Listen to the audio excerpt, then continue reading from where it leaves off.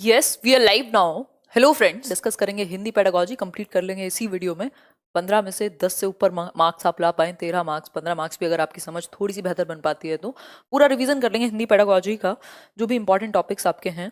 Pedagogy में basically Hindi और English दोनों में ही 8-8 10-10 टॉपिक मुश्किल से होते हैं पढ़ने को। आप कितना भी इसको पोथी बना करके पढ़ लीजिए, बट आपका कॉलेज का या बीएड का एग्जाम तो है नहीं जिसमें आप 5 पेज लिख के आएंगे। आपके समझ में मेन चीज़ें आ जानी चाहिए ताकि आप पेपर में एमसीक्यू अटेम्प्ट कर पाएं। तो पूरी कोशिश रहेगी, बहुत तरीके से समझेंगे, मजे से समझेंगे। कोई टेंशन वाली बात नहीं है। पेपर जितना पास आ रहा है उसका मतलब ये नहीं है कि आप टेंशन में रहें और मैं टेंशन में रहूं और टेंशन का माहौल क्रिएट करके रखें। एक पूरा एनर्जी का माहौल क्रिएट करके रखेंगे, है ना। बहुत मजे से समझेंगे। कल से ये सेशन कल बीच में हो नहीं पाया था कंप्लीट, ये पीपीटी पीडीएफ गायब हो गई थी, है ना। तो मैंने ऐसे कल से दाना पानी छोड़ा हुआ है, ऐसे कपड़े भी नहीं बदले हैं, देख रहे होगे आप लोग, है ना। खैर, कि जब तक ये सेशन कंप्लीट नहीं होगा, इतने बुरे पीजे मार रही हूँ ना मैं आजकल। खैर, सभी को गुड इवनिंग, नमस्कार, राम राम, सत श्री अकाल, अस्सलाम वालेकुम, what ever you feel connected with.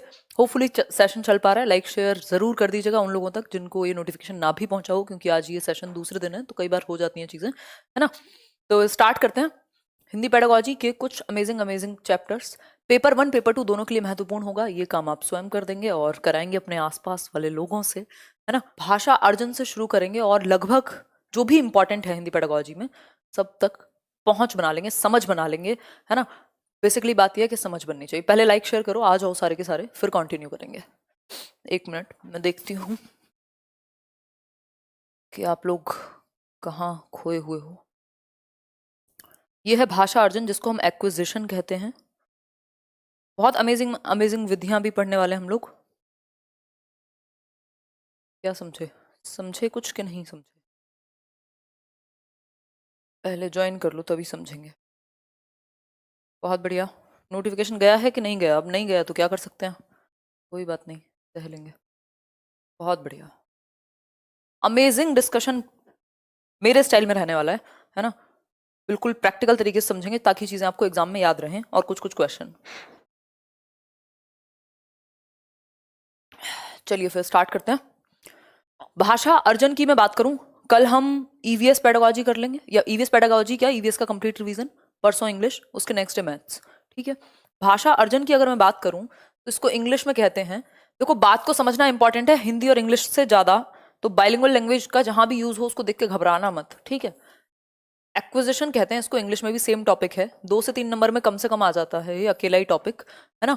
भाषा अर्जन, भाषा अर्जन क्या है या एक्विजिशन क्या है भाषा का, ये आप देख रहे हो। एक बच्चा अपनी मम्मी से बात कर रहा है, ऐसा मान लेंगे हम, है ना। उसकी माता जी कह रही हैं देखो ऐसा है, बड़े हो गए ना भाषा सीखनी पड़ती है, थोड़ा बोल के बता दिया करो, पेट में दर्द हो या पानी चाहिए हो तो क्या रोते रहते हो, मामा मामा करते रहते हो। हाँ, तो ऐसा हम कह सकते हैं कि नेचुरल प्रोसेस है। क्या है? स्वाभाविक प्रक्रिया है। स्वाभाविक प्रक्रिया है हमारी, यानी मनुष्य में जन्मजात क्षमता है भाषा को अर्जित करने की, जिसका इस्तेमाल करके वो आगे फिर कम्युनिकेट कर पाएगा। और डेली लाइफ में पता नहीं कितने सारे फंक्शन लैंग्वेज के हैं, है ना। वो संप्रेषण का भी माध्यम है, वो अपनी बात को कहने का, सुनने का, ज्ञान को अर्जित करने का भी माध्यम है। एक संस्कृति, एक जनरेशन से दूसरी जनरेशन में ज्ञान को आगे स्थानांतरण करने का माध्यम है ना। तो भाषा अर्जन किस वजह से होता है? मनुष्य के अंदर क्या है? जन्मजात, हमारी जन्मजात क्षमता के कारण, हमारी जन्मजात क्षमता के कारण हमारे अंदर इनेट एबिलिटी है, ऐसा चॉम्स्की कहते हैं। हमारे अंदर आंतरिक क्षमता है, जन्मजात क्षमता है कि हम भाषा को एक्वायर कर लें, स्वाभाविक रूप से अर्जित कर लें अपने पर्यावरण से। भाई, आपके घर में आसपास जब से बच्चा पैदा होता है, मामा मौसी चाचा चाची दादा दादी जो भी लोग आसपास होते हैं, वो उसको हाथ में लेकर के भी बातें करना शुरू कर देते हैं उससे, जैसे उसको भाषा आती ही होगी, जैसे वो रिप्लाई कर ही देगा।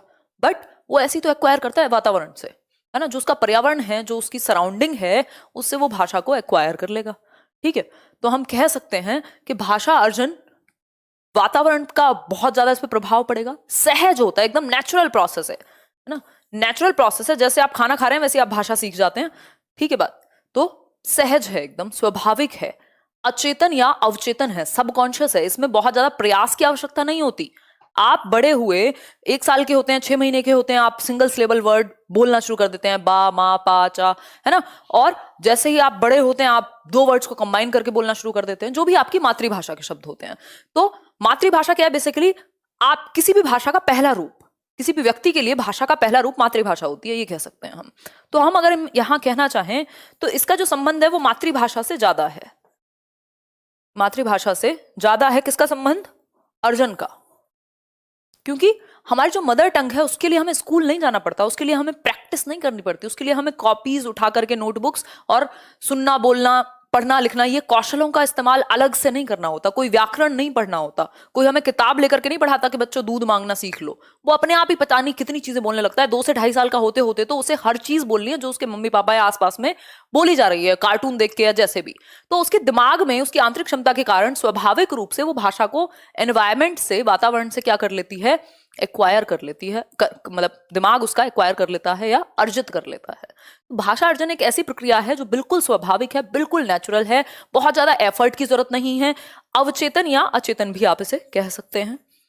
और मातृभाषा का जो एक्विजिशन है, अर्जन है, वो स्वाभाविक है कि हो ही जाना है। ठीक है बात? इतनी बात क्लियर है या नहीं?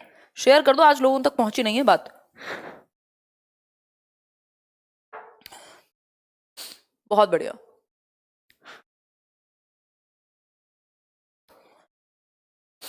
इतनी बात सभी को क्लियर है? कोई दिक्कत नहीं है इस बात को समझने में? बिल्कुल दिमाग में रहेगा, ये नेचुरल प्रोसेस है, बिल्कुल बिल्कुल नेचुरल प्रोसेस है, सहज है, स्वाभाविक है, ऑटोमेटिकली आना ही आना है।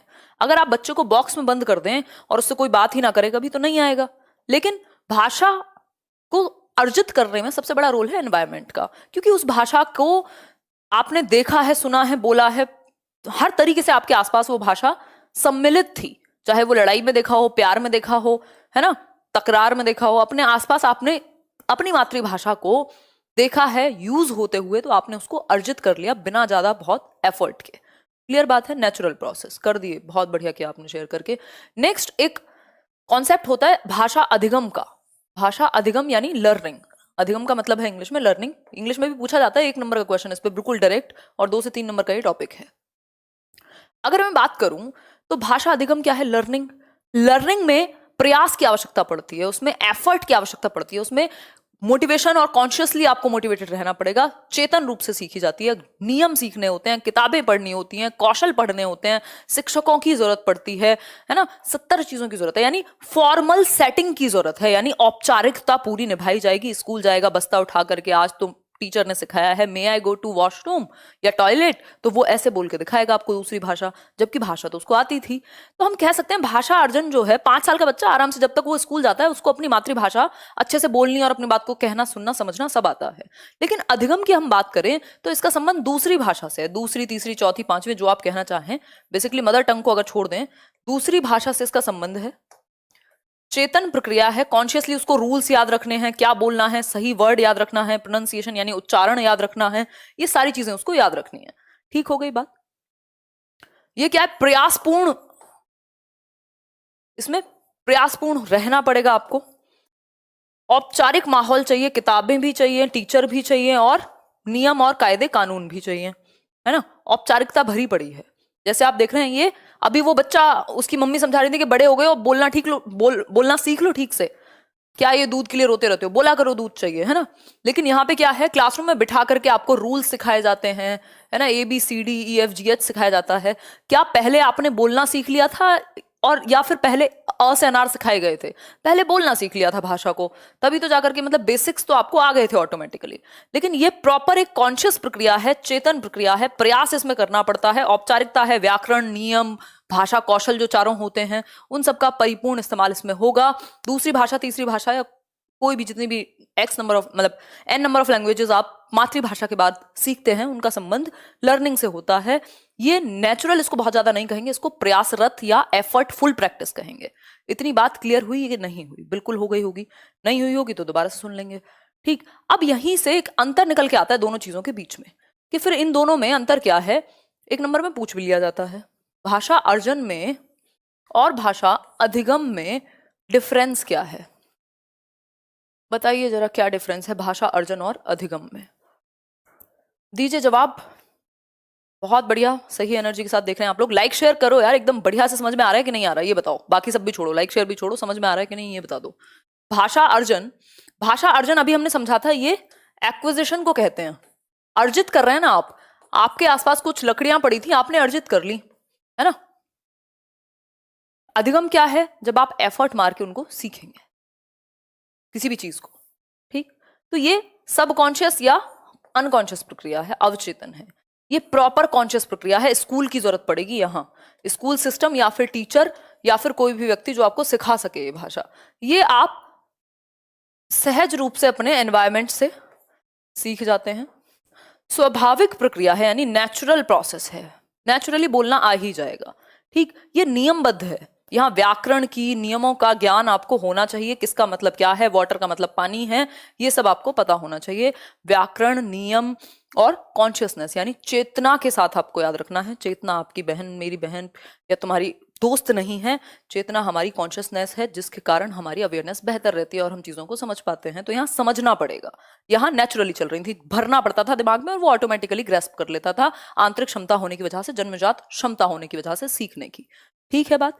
अनौपचारिक प्रक्रिया, भाई अर्जन क्या है? एक अनौपचारिक, अनौपचारिक को आप अनऑफिशियल कह लो, नहीं तो इनफॉर्मल कहते हैं, सही तरीके से कहीं से भी सीखी जा सकती है, गली नुक्कड़ कोने कार्टून जहां से पल्ले पड़ जाए आपके। अनौपचारिक प्रक्रिया है, इनफॉर्मल है, कोई स्कूल, कोई किताब, कोई बस्ता, कुछ नहीं चाहिए।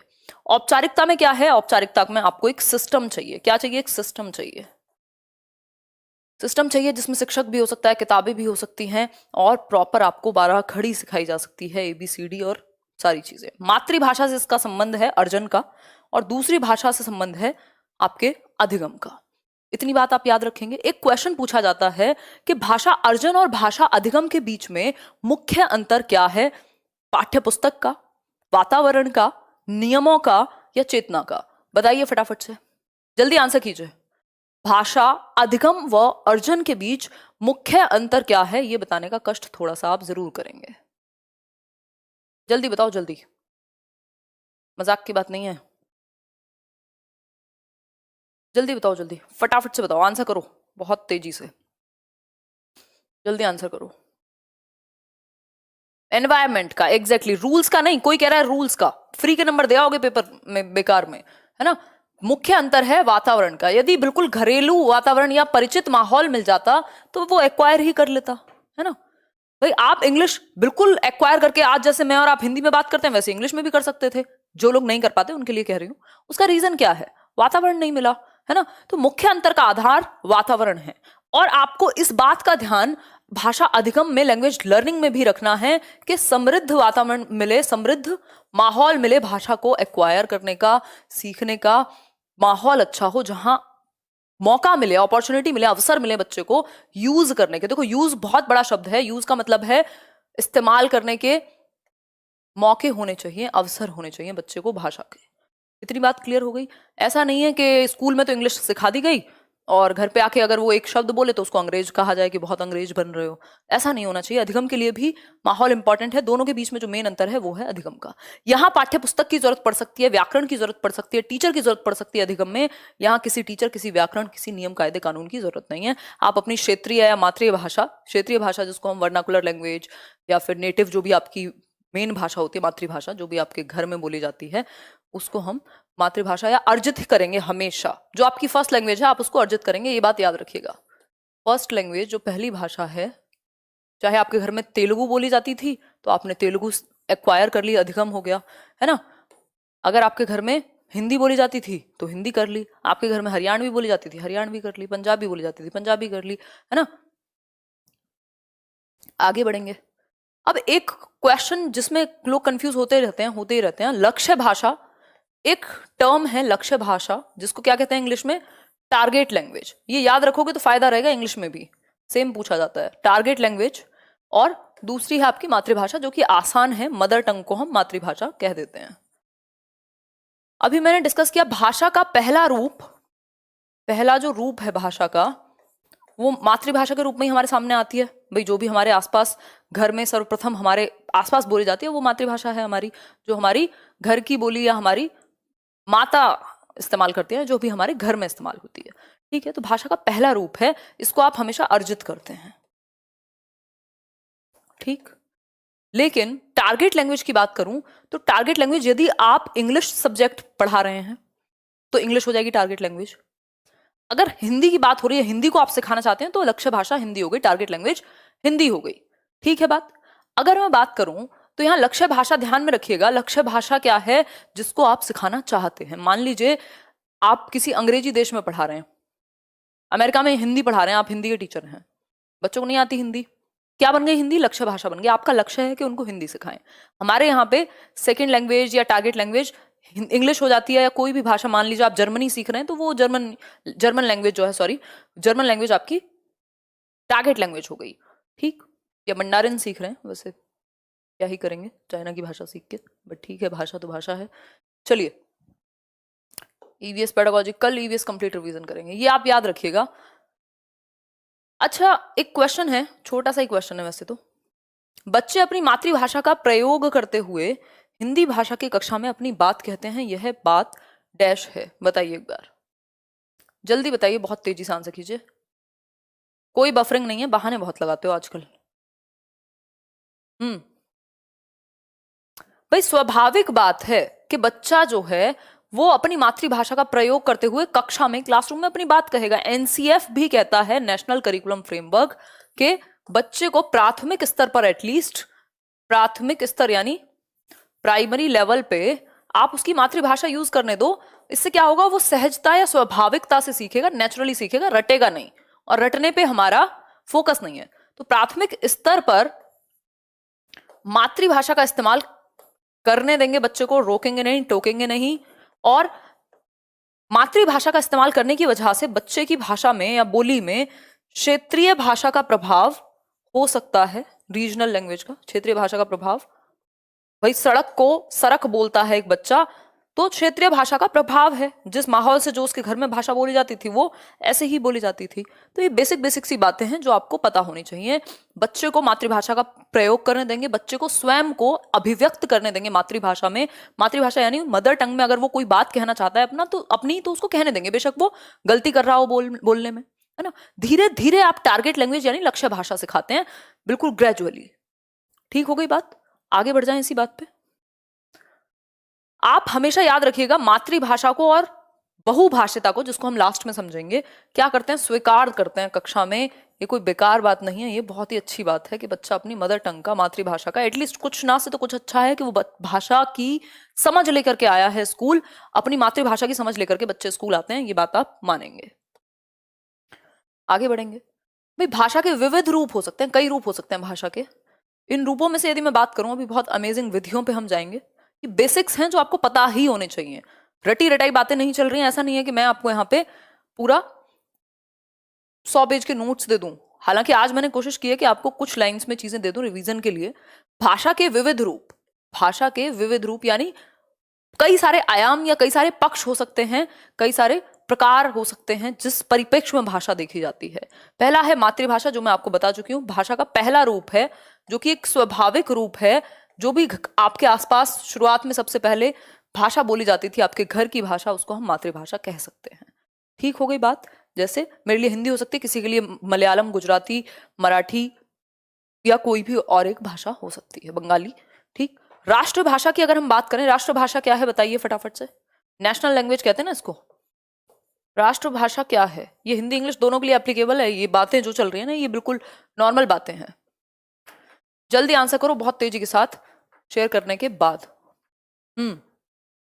राष्ट्रीय भाषा क्या है? राष्ट्रीय भाषा वो भाषा है जो पूरे राष्ट्र में एक ही भाषा जहां बोली जाती है, और पूरे राष्ट्र के राजकाज के काम भी उसी में होते हैं, और पूरा राष्ट्र, पूरा नेशन जो है उसी भाषा का इस्तेमाल करता है ना। अब कई लोग कह रहे हैं हिंदी है, हिंदी है, हिंदी है। हिंदी राष्ट्रभाषा नहीं है भारत की, इस बात को ध्यान रखिएगा, नहीं तो 1 नंबर जा सकता है अगर कभी गलती से भी पूछ लिया तो। और अगर कहीं इंटरव्यू वगैरह में फंस गए केवीएस वगैरह के, तो वहां से बेइज्जती करा के आओगे, है ना। नेशनल लैंग्वेज नहीं है, राष्ट्रभाषा नहीं है हिंदी। इवन भारत की कोई भी नेशनल लैंग्वेज नहीं है। राष्ट्रभाषा का दर्जा भारत में किसी भी भाषा को नहीं मिला हुआ, है ना। क्यों है ऐसा? क्योंकि भारत एक बहुभाषी राज्य है, बहुभाषी देश है, जहां बहुत सारी भाषाएं बोली जाती हैं। तो किसी भी एक भाषा को राष्ट्रभाषा का दर्जा नहीं दे सकते। ऐसी कुछ कुछ चीजें हुई थी आजादी के समय पे, बट अभी हम इतना याद रखेंगे कि राष्ट्रभाषा कोई नहीं है, भारत में कोई राष्ट्रभाषा नहीं है। ठीक। फिर आती है आपकी बात राजभाषा की। राजभाषा, ऑफिशियल लैंग्वेज को राजभाषा कहते हैं। ऑफिशियल लैंग्वेज को राजभाषा कहते हैं। राजभाषा कौन सी है बताओ? हिंदी है कि इंग्लिश है? हमारी राजभाषा बताओ, ऑफिशियल लैंग्वेज कौन सी है भारतवर्ष में? फटाफट से बताओ। देवनागरी में लिखी जाने वाली हिंदी आपकी, ठीक। तो हिंदी को राजभाषा का दर्जा दिया गया था। कब दिया गया था? 1963 में, 1963 के ओला के अंदर। ये ओला आपकी कैब नहीं है, ये ओला है ऑफिशियल लैंग्वेज एक्ट, यानी राजभाषा कानून करके इसका कुछ नाम होगा, अधिनियम है ना, राजभाषा अधिनियम कह सकते हैं। इसमें क्या है, ओला के अंदर हिंदी को, और इसमें एक्ट कौन सा है? 343, आर्टिकल 343(1) के तहत हिंदी ऑफिशियल लैंग्वेज है यानी राजभाषा है, और इंग्लिश इसके तहत ही याद रख लेना, ये क्वेश्चन आया भी हुआ है, एसोसिएट ऑफिशियल लैंग्वेज है। ये मैं हिंदी इंग्लिश में फिर से करा दूंगी, और ये आर्टिकल 343(2) के तहत है इंग्लिश, ठीक। हिंदी 343(1) के तहत है ऑफिशियल लैंग्वेज एक्ट के, और राजभाषा है भारत की हिंदी। राष्ट्रभाषा कोई नहीं है, मातृभाषा कोई भी आपकी जो भी पहली भाषा हो उसको हम मातृभाषा कह सकते हैं। इसमें कोई भी दौराय नहीं है। किसी को कोई शक हो, परेशानी हो, बीमारी हो, दर्द हो तो आप बता सकते हैं, हम निवारण करने का पूर्ण प्रयास करेंगे। बताइए फटाफट से, जल्दी से बता दो। बहुत मजाक करते हो, आई एडमायर यू मैम, धन्यवाद। देखिए आगे बढ़ते हैं, अभी बहुत कुछ है आज सीखने को, है ना, पूरा सार है ये। अब भाषा शिक्षण की कुछ प्रमुख विधियां हैं। भाई सारी विधियां तो पता नहीं कितनी विधियां हैं, एन नंबर ऑफ मेथड्स मिल जाएंगे आजकल, आज तक जो डेवलप हुए होंगे पढ़ाने के, है ना।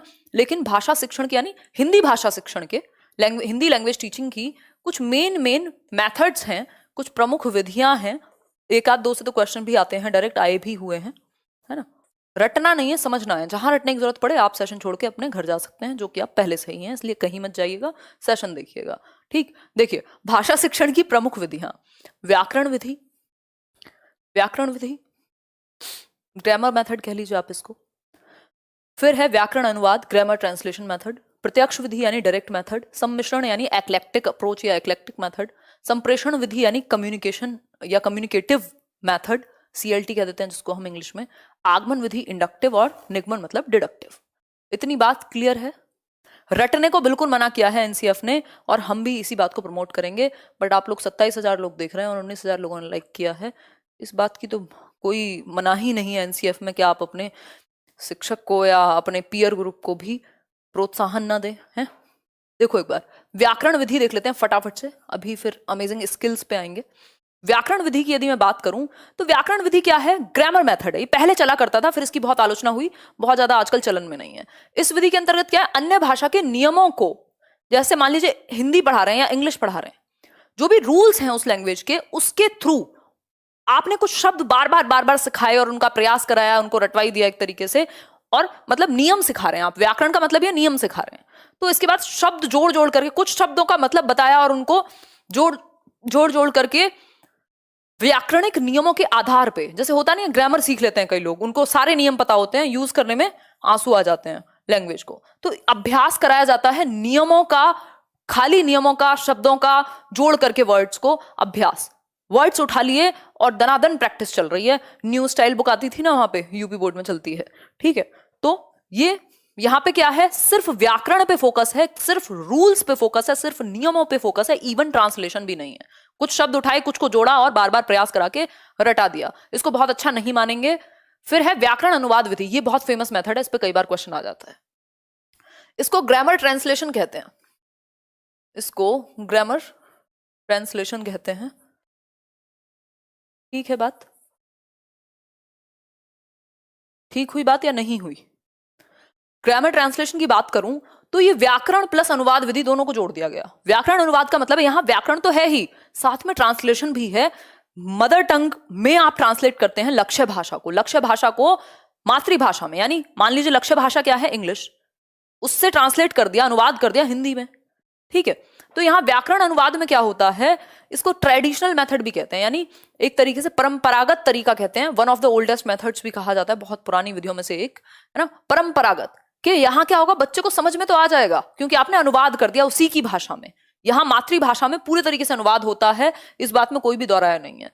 व्याकरण और अनुवाद दो विधियों को एक साथ जोड़ करके, भाई रूल्स भी सीख लिए और अनुवाद भी, तो ऐसे बच्चे को पढ़ना भी आ जाएगा दूसरी भाषा, लक्ष्य भाषा इंग्लिश या कोई भी जो भी दूसरी भाषा आप सिखा रहे हैं, और क्या होगा, लिखना भी आ जाएगा। लेकिन दिक्कत कहाँ आएगी?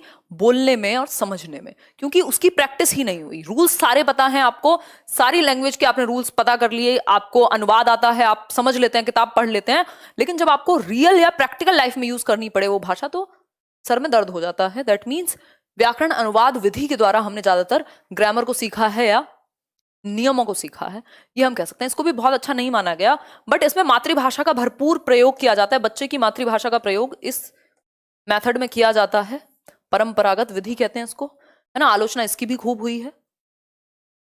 इसमें करेक्टनेस, सटीकता तो आ जाएगी, बट फ्लुएंसी और यानी प्रवाहता नहीं आएगी, प्रवाह नहीं बन पाएगा, फ्लुएंटली नहीं बच्चा भाषा को बोल पाएगा। नेक्स्ट मेथड है बहुत ही पॉपुलर मेथड, जिसको हम कहते हैं प्रत्यक्ष विधि, या हम कह सकते हैं इसको direct method. Direct method English में भी यही याद रखना है, डायरेक्ट मेथड। ये नोट्स के लिए लिख दिया है, कुछ कुछ चीजें रिवाइज कर लेना। कई लोगों को बड़ा दर्द रहता है जब तक पीडीएफ उनके हाथ में ना आ जाए, है ना। पीडीएफ नहीं जाएगी पेपर देने, आप जाएंगे अपने एक सिंगल दिमाग के साथ और एक पेन के साथ, पेपर भी वहीं मिलेगा आपको, ठीक है। डायरेक्ट मेथड यानी प्रत्यक्ष विधि। प्रत्यक्ष का मतलब ये डायरेक्ट उसी भाषा से सिखाओ वो भाषा जो वो भाषा है, मतलब कोई भी अनुवाद नहीं होगा। जैसे अभी जो हम ग्रामर ट्रांसलेशन व्याकरण अनुवाद विधि पढ़ रहे थे, तो उसमें अनुवाद की बात हो रही थी। यहाँ अनुवाद की कोई जगह नहीं है, यहाँ सीधे डायरेक्ट उसी भाषा का इस्तेमाल करो। मान लीजिए किसी अंग्रेज को हिंदी सिखा रहे हो, तो हिंदी के थ्रू ही सिखाओ। अगर इंग्लिश सीख रहे हो आप, तो इंग्लिश का इस्तेमाल करके ही इंग्लिश सीखोगे। कोई मदर टंग में ट्रांसलेशन नहीं है, यानी मातृभाषा में अनुवाद नहीं होगा किसी भी स्थिति में, ठीक। तो व्याकरण अनुवाद विधि की अनेक सीमाओं के कारण, ये भी आप याद रख सकते हैं, जो ग्रामर ट्रांसलेशन की लिमिटेशन है, व्याकरण अनुवाद विधि जो इससे पहले पढ़ी थी, उसकी जो लिमिटेशंस हैं, उनके कारण इस मेथड का जन्म हुआ। बहुत सारे लोगों ने ये माना कि बच्चों को आप नेचुरली प्रैक्टिस कराओ ना सारी स्किल्स की, जिसमें उसको बोलने का भी मौका मिले, सुनने का भी मौका मिले, देखने का भी मौका मिले, पढ़ने का भी मौका मिले। तो डायरेक्ट ये किसकी सीमाओं के कारण डेवलप हुआ है, किसके अगेंस्ट डेवलप हुआ? जीटी मेथड यानी ग्रामर ट्रांसलेशन व्याकरण अनुवाद। इसे मौखिक वार्तालाप विधि भी कहा जाता है। इसको ओरल कन्वर्सेशन या ओरल लैंग्वेज मेथड कह सकते हैं आप, क्योंकि इसमें मौखिक भाषा का बहुत प्रयोग है। जैसे इंग्लिश मीडियम स्कूल्स होते हैं, वहां क्या है भाई, अगर आप हिंदी में बोलते हैं तो फाइन लगेगा। दैट मीन्स डायरेक्ट आपको प्रत्यक्ष विधि के द्वारा ही सिखाया जा रहा है। मौखिक वार्तालाप उसी भाषा में करना है जिस भाषा का वहां प्रयोग किया जाना है। इस विधि में शिक्षार्थी की मातृभाषा मध्यस्थता के बिना, देखो जो बिल्कुल प्योर हिंदी समझते हैं उनके लिए ये लाइन डाली हुई है, हालांकि ये बात मैं बता चुकी हूं। मतलब ये जो मेथड है, इसमें बच्चे की जो मदर टंग है उसका यूज किए बिना, उसका सहारा लिए बिना, ग्रामर ट्रांसलेशन की तरह कोई भी दूसरी भाषा सिखाई जाती है। डायरेक्ट उसी के सेंटेंसेस को बार बार प्रैक्टिस कराया जाता है, बार बार यूज कराया जाता है, और उसी को बच्चे समझने लगते हैं। धीरे धीरे वो कम्युनिकेशन में उनके आ जाएगा। इसके लिए टीचर बहुत ज्यादा स्किल्ड चाहिए, तो भारत में तो खैर बहुत ज्यादा सक्सेसफुल नहीं हो पाई, बट हम इसके थ्रू सिखा सकते हैं। प्रत्यक्ष मेथड, प्रत्यक्ष विधि यानी डायरेक्ट मेथड। इसमें मातृभाषा का प्रयोग वर्जित है, याद रखना। मातृभाषा का प्रयोग नहीं हो सकता, मातृभाषा नॉट अलाउड, ठीक। मातृभाषा का प्रयोग ग्रामर ट्रांसलेशन अनुवाद विधि में, ठीक है। लाल पीले इमोजी मत भेजो, चुपचाप बैठ के पढ़ लो। अच्छा ये बता रहे हो कि लाइक कम है, अच्छा भेज दो, डंडे भी भेजो 2-4 जो लोग नहीं कर रहे हैं। देखो फोर्थ है सम्मिश्रण विधि। सम्मिश्रण का मतलब होता है एक्लेक्टिक मेथड। एक्लेक्टिक का मतलब है ऐसे कहीं से ईंट और कहीं से जो भी पत्थर मिले सबको जोड़ के एक विधि बन गई, जिसको हम कहते हैं एक्लेक्टिक मेथड। एक्लेक्टिक मेथड का मतलब हुआ सब चीज का मिश्रण। एक्लेक्टिक मेथड या सम्मिश्रण, जहां जिस सिचुएशन में जिस मेथड को इस्तेमाल करने की जरूरत पड़े उसको कर लो, इस्तेमाल किया जाता है ना। कोई दिक्कत नहीं, मेथड बने ही किस लिए हैं, जैसे मन करे वैसे यूज कर लो, अपने घर की सरकार है। इस विधि के अंतर्गत भाषा शिक्षण की प्रक्रिया के व्यावहारिक पक्षों का सम्मिश्रण, यानी जो भी प्रैक्टिकल एस्पेक्ट हैं लैंग्वेज टीचिंग लर्निंग के, जो प्रैक्टिकली यूज हो सकते हैं क्लास में, उनको एक साथ जोड़ दिया जाता है, उनका मिश्रण बना लिया जाता है, सूप बना करके पिला देते हैं। इस सम्मिश्रण विधि में शिक्षक भाषा के विभिन्न उद्देश्यों के अनुरूप, भाई आप कोई भी लैंग्वेज सिखाते हैं या कुछ भी पढ़ाते हैं, उसका एक उद्देश्य होता है क्लासरूम के लिए, यानी उसका एक ऑब्जेक्टिव, वो एक गोल होता है। जो गोल आपने निर्धारित किया है अपनी जो भी भाषा आप पढ़ा रहे हैं उसके अनुरूप, जहां पे भी जिस भी स्टेप पर आपको टीचिंग लर्निंग प्रोसेस में जिस विधि का चयन करने की आवश्यकता होगी आप कर लेंगे, और मिश्रण करके, भाई हमें ग्रामर ट्रांसलेशन की जरूरत है उसको भी ले लिया, आपको इसकी प्रत्यक्ष विधि की जरूरत है उसको भी ले लिया, जहां जरूरत हुई डिस्कशन में उसको शामिल कर लिया, समझने में ग्रामर ट्रांसलेशन को शामिल कर लिया, जहां जिसकी जरूरत हुई मिक्सचर बना दिया। आगे बढ़ेंगे। फिर है संप्रेषण परक विधि। ये बहुत इंपॉर्टेंट है, इसको CLT या कम्युनिकेटिव लैंग्वेज टीचिंग कह देते हैं इंग्लिश में। इसका मतलब, ये संप्रेषण का मतलब क्या है? संप्रेषण का सीधा सा मतलब है कम्युनिकेशन। यहां लैंग्वेज का यूज, प्रयोग कम्युनिकेट करा करके क्लासरूम में हम भाषा सिखाएंगे। बहुत ही अच्छा मेथड है, चाइल्ड सेंटर्ड मेथड है। प्रत्यक्ष विधि की प्रक्रिया को और सुदृढ़ बनाते हुए वो जो डायरेक्ट मेथड था उसको और अच्छा प्रगाढ़ बनाया गया और संप्रेषण विधि का विकास हुआ कि हम क्या करें। देखो, प्रत्यक्ष विधि में दिक्कत कुछ नहीं थी, लेकिन ये और ज्यादा नेचुरली, संप्रेषण में क्या बच्चे आपस में बात कर रहे हैं, एकदम नेचुरल माहौल। प्रत्यक्ष में क्या था, कुछ स्ट्रक्चर्स या कुछ वेज जो है बार बार आपके सामने प्रस्तुत किए जा रहे हैं, आप उनको अडेप्ट कर ले रहे हैं, लेकिन यहाँ पे कंफर्ट है बच्चे के पास जो प्रत्यक्ष विधि में नहीं था, तो प्रत्यक्ष विधि को थोड़ा सा और बेहतर कर दिया। ठीक है ये बात। तो भाषा प्रयोग सीखने में ही भाषा की संरचना सीखना है, ये बात में बहुत कुछ छिपा हुआ है। इसका सिंपल सा मतलब है, व्याकरण के नियमों को अलग से रटवाने की बजाय आप बच्चे को लैंग्वेज का यूज कराओ ना, प्रयोग कराओ। उससे क्या होगा, स्ट्रक्चर अपने आप आ जाएगा, रूल्स अपने आप आ जाएंगे, ऑटोमेटिकली आ जाएंगे। अभी एक फ्रेंड का सिलेक्शन हुआ था इसमें MEA में CGL के थ्रू, तो आई आस्क्ड हिम समथिंग, तो उसके कुछ पता नहीं 196 नंबर थे 200 में से या कुछ ऐसे ही थे। तो मैंने उसको पूछा क्या किया था, उसने कह रहा कुछ नहीं किया, बचपन से आदत थी और लैंग्वेज की अच्छी थी लैंग्वेज, और किताबें पढ़ी हैं बस, और CBSE में बहुत ज्यादा ग्रामर होती भी नहीं है अलग से, फिर भी नंबर आ गए इतने सारे। इसका मतलब क्या हुआ, लैंग्वेज यूज के थ्रू, चाहे वो पढ़ा हो, प्रयोग किया हो, हर तरफ लैंग्वेज थी, स्ट्रक्चर अपने आप आ गया, स्ट्रक्चर अपने आप आ गया, रूल्स अपने आप आ गए, क्योंकि आपने लैंग्वेज को जब यूज करना सीख लिया। आप देखेंगे हिंदी में कई लोग पढ़ के भी नहीं जाते होंगे, तब भी ज्यादा नंबर ले आते होंगे इंग्लिश से। इसका मतलब क्या हुआ, हमने प्रयोग से सीखी है हिंदी, हमने प्रयोग से यूज करके सीखी है हिंदी, हवा में नहीं सीखी रट के। ठीक, तो यूज करके लैंग्वेज का कम्युनिकेशन में यूज करके तब सीख पाए हम। फोर्थ मेथड में कुछ नहीं था, एक्लेक्टिक मेथड था, सारी विधियों का मिश्रण था, इसलिए सम्मिश्रण कहा गया है उसको। आगे बढ़ेंगे, बफरिंग कुछ नहीं है, रिफ्रेश करके देखो, यहां से मस्त चल रहा है एकदम। कैसी कैसी बातें करते हो, बहकी बहकी सी है। खैर आगे बढ़ते हैं। देखिए सिक्स्थ, देखिए आगमन, यहां से भी पूछी जाती हैं चीजें। इंडक्टिव मेथड कहते हैं उसको, ये तो हर जगह इंपॉर्टेंट है। इंडक्टिव मेथड या आगमन विधि। इसके बाद हम बहुत ही इंपॉर्टेंट टॉपिक करने वाले हैं, लैंग्वेज स्किल्स, जहां से 3 नंबर आपके पक्के हो जाएंगे। इंडक्टिव यानी आगमन विधि। क्या है आगमन विधि, इसलिए मैंने मेथड्स को शुरुआत में लिया ताकि आप मुश्किल चीज शुरुआत में खत्म कर लें, फिर बाद में आराम से समझते रहें, है ना। आगमन विधि की यदि हम बात करें तो आगमन विधि क्या है, इंडक्टिव मेथड जिसमें हम बच्चे को पहले उदाहरण प्रस्तुत करते हैं उसके सामने, है ना, और उस उदाहरण से नियम की ओर लेकर के जाते हैं, या हम कह सकते हैं उदाहरण से परिभाषा की ओर लेकर के जाते हैं, ज्ञात से अज्ञात की ओर लेके जाते हैं, नोन टू अननोन लेके जाते हैं, विशिष्ट से सामान्य यानी स्पेसिफिक टू जनरल ले जाते हैं, एग्जाम्पल टू रूल ले जाते हैं। कैसे होता है ये देख लेते हैं एक बार। ज्ञात से अज्ञात कह सकते हैं हम इसमें, नोन टू अननोन, ज्ञात से अज्ञात की तरफ जाएंगे आप इसमें। ठीक, ज्ञात से अज्ञात की ओर जाएंगे, जाएंगे कि नहीं जाएंगे, जल्दी बताओ फटाफट से। फॉर एग्जाम्पल, आप संज्ञा पढ़ा रहे हैं बच्चों को, संज्ञा तो पता है ना सबको, नाउन। इसकी परिभाषा क्या होती है बताना जरा। सिंपल है, बचपन से आधे लोगों को तो रटा ही दी गई होगी, है ना। क्या, किसी वस्तु, स्थान या व्यक्ति के नाम को संज्ञा कहते हैं। मतलब अगर पहले परिभाषा बताई तो फिर तो ये मेथड नहीं हुआ, वो तो डिडक्टिव मेथड हुआ। आगमन विधि में क्या करते हैं, बच्चों को कहा अच्छा सुनो, खड़े हो, एक एक करके बोर्ड पे उनसे पूछा अपनी फेवरेट डिश का नाम बताओ, जगह का नाम बताओ, उसने कहा आगरा, है ना। उसने कहा फेवरेट मॉन्यूमेंट, उसने बच्चे ने कहा ताजमहल। उसने कहा फेवरेट एक्टर, उसने मीन्स टीचर ने पूछा फेवरेट एक्टर, उसने लिख दिया जो भी मन किया होगा उसका, है ना।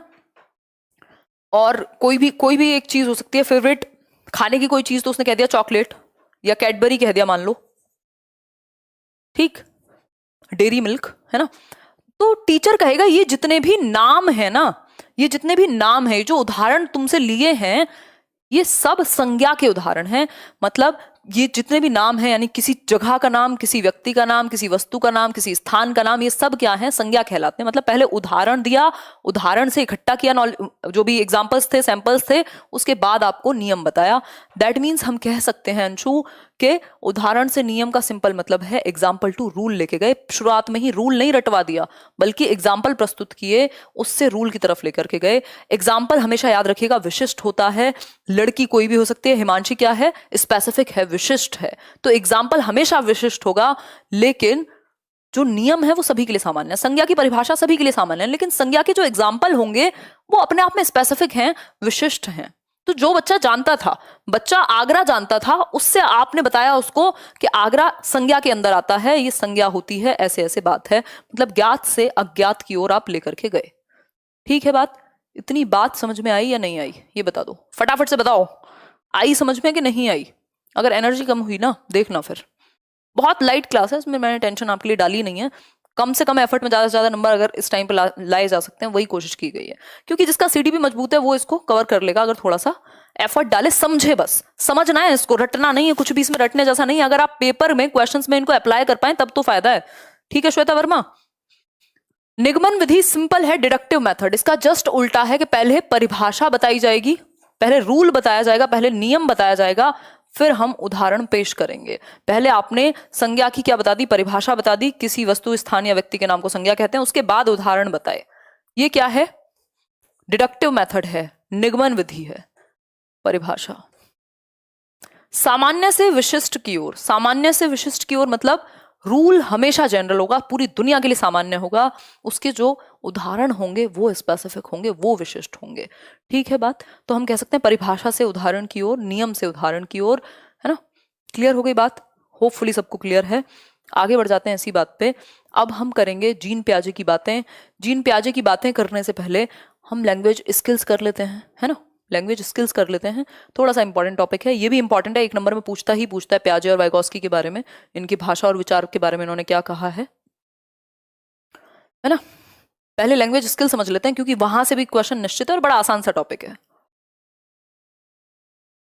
चलो इन्हीं को पढ़ेंगे, इन्हीं को पढ़ेंगे, एक तरफ से चलेंगे, फिर बाद में आगे पीछे नहीं करना पड़ेगा।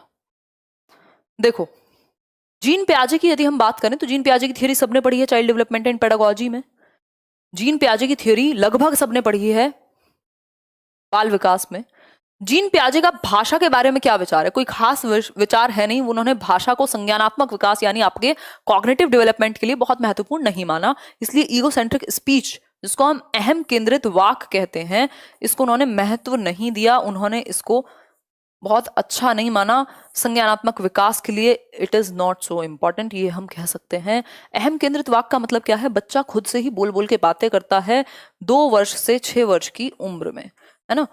प्री ऑपरेशनल या पूर्व संक्रियात्मक या अर्ली चाइल्डहुड पीरियड में वो खुद से ही बोल बोल के बातें करता है। मैं ना कल वहां गया था, खुद से ही बातें करने में लगा हुआ है, उसको लगता है पूरी दुनिया का सेंटर मैं ही हूं, जैसा मुझे फील होता है वैसा सबको फील होता है, जो मुझे पसंद है वो सबको पसंद है। तो पियाजे ने संज्ञानात्मक विकास में यानी कॉग्निटिव डेवलपमेंट में भाषा को बहुत ज्यादा महत्व ना देते हुए ये कहा कि ये बहुत काम का नहीं है, जो ईगोसेंट्रिक स्पीच है। तो भाषा को बहुत ज्यादा महत्व उन्होंने नहीं दिया है, बट नॉट सो इम्पोर्टेंट। ये बात आप याद रखेंगे, है ना? अगर पियाजे के बारे में पूछे तो आप कहेंगे कि पियाजे ने कहा है कि अहम केंद्रित वाक नॉट सो इम्पोर्टेंट। ठीक हो गई बात? आगे बढ़ेंगे। अब भाषा एवं विचार के बारे में पियाजे के क्या ख्याल हैं? पियाजे के ख्याल बहुत ही नेक हैं।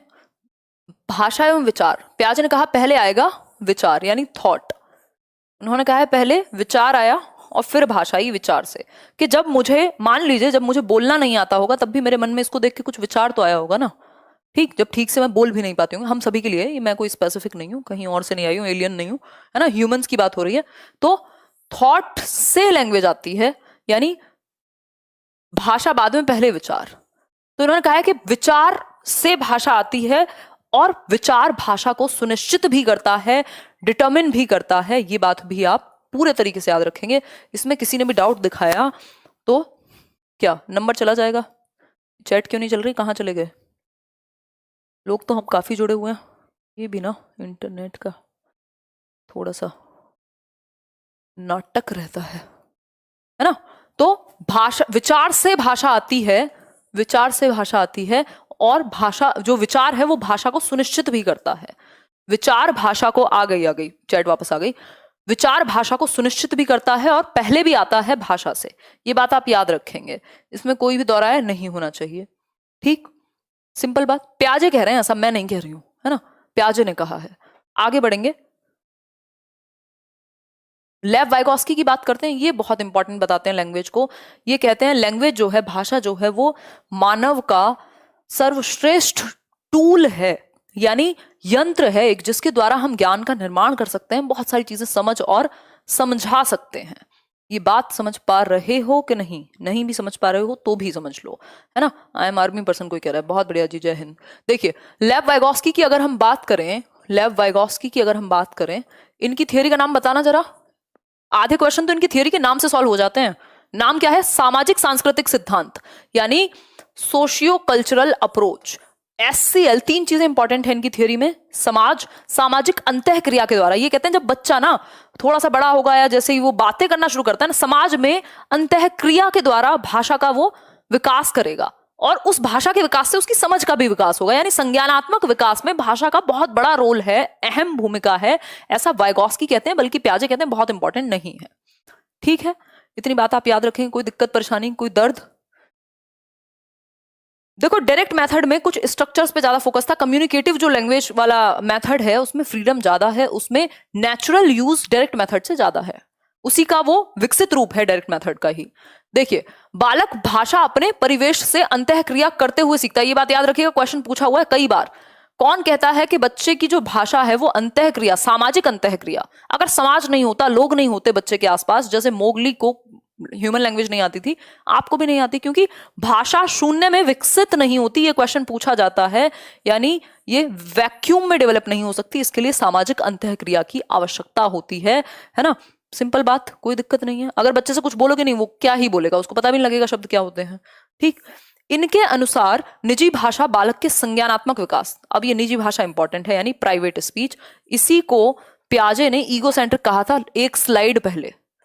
प्राइवेट स्पीच जो कि 3 साल के आसपास आ जाती है, वही 2 से 6 के बीच में आएगी तो सिंपल है, ये कहते हैं 3 साल के बीच में। ठीक, 3 इयर्स में। निजी भाषा की यदि मैं बात करूं तो ये हेल्प करती है संज्ञानात्मक विकास में, और बच्चा खुद से ही बोल बोल करके दिशा देता है अपने एक्शंस को।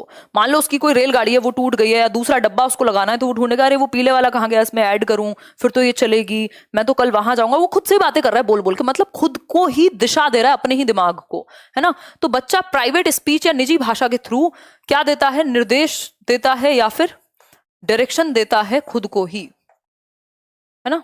खुद को ही वो गाइड करता है एक तरीके से, बोल बोल करके। तो ये संज्ञानात्मक विकास में, कॉग्निटिव डेवलपमेंट में सहायक है, उसकी नॉलेज के विकास में सहायक है ये चीज, जिसको हम प्राइवेट स्पीच कहते हैं। वाइगोस्की ने 3 प्रकार की स्पीच दी है। बहुत जल्दी से बताओ, चिल्ला चिल्ला के नाचने लग जाओ घर में, चिल्ला के बता दो मम्मी को, मम्मी देखो वाइगोस्की ने 3 प्रकार की भाषाएं दी थी। एक थी सोशल स्पीच, जिसको सामाजिक वाक्य कहते हैं, जो 2 साल तक डेवलप हो जाती है, जिसमें बच्चा सबसे बात करना शुरू कर देता है, दूध पानी चाय मांगना शुरू कर देता है, बाबा मम्मा टाटा कहना शुरू कर देता है। और दूसरी भाषा है क्या? Private speech. प्राइवेट स्पीच यानी निज भाषा, वो खुद से बातें करना पसंद करता है, बहुत ज्यादा भाव नहीं देगा बाकी लोगों को, है ना। और इससे क्या होता है? उसकी खुद की ही समझ का, वो खुद को ही दिशा निर्देश देता है, खुद से ही बातें करके 3 साल की उम्र में। पहली वाली 2 साल में थी। तीसरी क्या है? साइलेंट इनर स्पीच, यानी अब जो उसका मौन आंतरिक वाक कह लीजिए आप इसको, भाषा अंदर चली गई है, उसको बाहर बोलने की जरूरत नहीं है, खुद से वो मन में ही बातें कर लेगा। ऐसा कुछ 6 साल 7 साल के आसपास हो जाता है। तो ये 3 प्रकार हैं वाइगोस्की के द्वारा दी गई भाषा के बारे में। अब विचार और भाषा के बारे में वाइगोस्की ने क्या कहा है? जैसे पियाजे ने कहा था, पियाजे ने कहा है विचार पहले आएगा और भाषा को सुनिश्चित करेगा, यानी thought not only comes before but also proceeds it. Thought proceeds the language and also determines it. छोड़ो अंग्रेजी कक्षा नहीं है, फिर भी जिनको समझ आ गया समझ आ गया। ठीक, कि पहले ही नहीं आता, प्रोसीड ही नहीं करता, बल्कि सुनिश्चित भी करता है। अगर मैं बात करूं क्लास कब तक चलेगा? जब तक है जान, जब तक है जान, जब तक है जान। खैर ये तो हुई मजाक की बात, अभी तो 1 घंटा तक लग ही जाएगा, है ना, कोई दिक्कत वाली बात नहीं है। अगर पूरा हम ऑलमोस्ट सिलेबस या जो भी इंपॉर्टेंट है वो कवर कर ले रहे हैं और आपको याद रहेगी ये क्लास, ये वो वाली क्लास नहीं है जिसमें रटने वाली बातें होती हो। ठीक है, चलो आओ एक बार लेव वाइगोस्की की यदि हम बात करें तो इन्होंने भाषा और विचार के बारे में अगर मैं बात करूं, यानी लैंग्वेज और थॉट के बारे में, इन्होंने कहा है शुरुआती सालों में ये पैरेलल होते हैं, यानी इंडिपेंडेंट होते हैं, एक दूसरे से स्वतंत्र होते हैं, पैरेलली चलते हैं, एक टाइम के बाद जाकर के मर्ज हो जाते हैं 3 साल 5 साल के आसपास। ठीक है, कोई दिक्कत बात, कोई परेशानी, कोई दर्द, कोई दुख हो तो बता दो। देखो एक क्वेश्चन है वाइगोस्की से रिलेटेड, हर बार आता है एक क्वेश्चन, पढ़ो एक बार इसको। लो और थोड़ा सा जूम कर देते हैं। देखो, नमस्कार नमस्कार नमस्कार। देखो क्वेश्चन पढ़ो। जिगसॉ पहेली को करते समय 5 वर्ष की नजमा स्वयं से कहती है नीला टुकड़ा कहाँ है? नहीं यह वाला नहीं, वो वाला जो मुझे ये जूते को पूरा करने में मदद करेगा? बताइए फटाफट से, जल्दी बताओ। मजाक की बातें मत किया करो हर टाइम, है? मजाक सिर्फ मैं करती हूँ, देखो एक बार। और लाइक शेयर आप सब करते हो। खैर बताओ, फटाफट से बताओ, जल्दी से आंसर करो। रटवा दिया आप? रटवाती नहीं हूं मैं, ये कहो याद हो गया, समझ में आ गया बुद्धि में हमारे, है ना? जल्दी बताओ। व्यक्तिगत वार्ता, बिल्कुल संडे वार्ता नहीं है ये, व्यक्तिगत वार्ता यानी प्राइवेट स्पीच है। व्यक्तिगत मतलब इंडिविजुअली वो खुद से बात करेगा। प्राइवेट स्पीच कब से? 3 साल से। ठीक। आत्म केंद्रित, अगर यहां इस ये लाइन पढ़ लेना लास्ट में, इस प्रकार की वार्ता को वाइगॉस्की किस तरह देखेंगे? अगर यहां प्याजे लिख देता, पूरा आंसर घूम के यहां आ जाता, ईगोसेंट्रिक हो जाता। यदि बात प्याजे के बारे में पूछी होती, वाइगॉस्की के बारे में पूछी है, इसलिए हम कहेंगे व्यक्तिगत वार्ता प्राइवेट स्पीच कहलाएगा। बच्चा खुद से ही बोल बोल के खुद को ही दिशा निर्देश देता है, अपने ही दिमाग को गाइडेंस देता है बात करके। ठीक है बात? आगे बढ़िए। नॉम चॉम्स्की, नॉम चॉम्स्की की भी सुन लीजिए। नॉम चॉम्स्की बहुत ही इंपॉर्टेंट व्यक्ति हैं, है ना? जीवित भी हैं। देखिए फटाफट से, एनसीएफ 2005 कहता है मातृभाषा का भरपूर प्रयोग कराओ बच्चे को आप, और प्राथमिक स्तर पे मल्टीलिंगुअलिज्म को यानी बहुभाषिता को सपोर्ट करता है, और बाकी बातें लास्ट में करेंगे। नॉम चॉम्स्की की बात कर लेते हैं। जीवित है नॉम चॉम्स्की अभी? नॉम चॉम्स्की, नॉम चॉम्स्की क्या कहते हैं? नॉम चॉम्स्की, नॉम चॉम्स्की कहते हैं प्रत्येक बालक में, और ये बालक किसका है? कुत्ते और बिल्ली नहीं, मानव शिशु। मानव शिशु में भाषा सीखने की या भाषा को अर्जित करने की, सीखना या अर्जित दोनों कह सकते हैं इस केस में, तो घबराया मत जाया करो। भाषा अर्जित करना है, भाषा को सीखने की जन्मजात क्षमता है, इनेट एबिलिटी, आंतरिक क्षमता है उसके अंदर, इनेट एबिलिटी है, इनबॉर्न एबिलिटी है भाषा को एक्वायर करने की, है ना? समझ पा रहे हो या नहीं? बताओ, कोई दर्द दुख कुछ परेशानी है तो बता दो। Anju Tomar, you are really an inspiration for us, lots of love. धन्यवाद अंजू तोमर। चलिए, बहुत बातें करते हो। देखो, प्रत्येक बालक भाषा सीखने की जन्मजात क्षमता के साथ पैदा होता है। ह्यूमन बालक यानी मानव शिशु, आंतरिक क्षमता है, आप उसको एनवायरमेंट दे लीजिए, वो ऑटोमेटिकली अर्जित कर लेगा भाषा को, है ना? जिसे एलएडी कहा जाता है। ये जो क्षमता है किसकी वजह से? एक यंत्र की वजह से है, जिसको एलएडी का मतलब होता है भाषा, लैंग्वेज एक्विजिशन यानी भाषा अर्जन यंत्र। ये हमारे ब्रेन में कहीं है, अगर कहीं होता होगा, वैसे तो ये परिकल्पनात्मक है, अगर कहीं होता होगा तो लेफ्ट ब्रेन में ही पाया जाएगा, क्योंकि लैंग्वेज जो है वो लेफ्ट हेमिस्फेयर में ही पाई जाएगी, क्योंकि यही आपका लॉजिकल ब्रेन है। दूसरा ब्रेन क्रिएटिविटी के लिए है ना? सिंपल बात। अगर मैं बात करूं तो भाषा अर्जन यंत्र है जिसकी सहायता से बच्चे भाषा को एक्वायर कर लेते हैं, अर्जित कर लेते हैं आंतरिक क्षमता के कारण। ये 5 साल तक बहुत एक्टिव रहता है। ये एलएडी जो है 5 साल तक, 5 इयर्स तक बहुत एक्टिव, बहुत सक्रिय रहेगा। संवेदनशील काल है ये भाषा सीखने के लिए, क्योंकि बच्चा बहुत तेजी से भाषा को एक्वायर कर लेगा इस टाइम पीरियड में जब वो छोटा है। अगर आप उसको एडोलेसेंस में, अगर आप उसको किशोरावस्था में सिखाएंगे भाषा तो दिक्कत होगी। छोटा बच्चा जल्दी से एक्वायर कर लेगा, है ना? क्योंकि उसका एलएडी मजबूत है। टाइम के साथ 5 साल के बाद ये धीरे धीरे वीक होने लगता है। ये एक और कॉन्सेप्ट देते हैं जिसको ये यूनिवर्सल ग्रामर या सार्वभौमिक व्याकरण कहते हैं, जिसको ये सार्वभौमिक व्याकरण कहते हैं। सार्वभौमिक व्याकरण है, ये कहते हैं विश्व की सभी भाषाएं, जितनी भी लैंग्वेजेस हैं, वो एक मूल व्याकरण से संबद्ध रखती हैं या संबद्ध हैं, जुड़ी हुई हैं, जिसे समझने में एलएडी हमारी सहायता करता है। मतलब कुछ स्ट्रक्चर ऐसे हैं जो लगभग हर लैंग्वेज में कॉमन है, जिनसे हर एक लैंग्वेज जुड़ी हुई है, इसलिए ह्यूमन ब्रेन उनसे जुड़ा हुआ है और एक्वायर कर लेता है। इसी को यूनिवर्सल लैंग्वेज कहते हैं, यानी लगभग सभी भाषाओं के कुछ नियम जुड़े हुए होते हैं, और इन नियमों को अर्जित करने में, इनको क्रिएट करने में, जनरेट करने में क्या करता है मदद? एलएडी हमारी मदद करता है। तो एलएडी के द्वारा हम क्या करते हैं? इमिटेट नहीं करते रूल्स को, नकल नहीं करते, बल्कि उनको निर्माण करते हैं, जनरेट करते हैं हम ग्रामर के रूल्स को। ठीक है, धन्यवाद। आगे बढ़ जाएं। जनरेटिव ग्रामर का इन्होंने कॉन्सेप्ट दिया है। जनरेटिव ग्रामर में इन्होंने कहा है कि जनरेटिव ग्रामर क्या है? रूल्स को जनरेट करने में मदद करती है। सिंपल बात। कोई दिक्कत परेशानी, कोई दर्द, कोई दुख हो तो रख लीजिएगा अपने पास, क्योंकि भाषा अर्जन की क्षमता किसके साथ संबंधित है? कोई पेपर नहीं जिसमें चॉम्स्की से क्वेश्चन आया हो। सीडीपी में भी आएगा, हिंदी में भी आएगा, इंग्लिश में भी आएगा। 3-4 नंबर तो चॉम्स्की के ही हैं। फटाफट से बताओ, जल्दी से बताओ, जल्दी।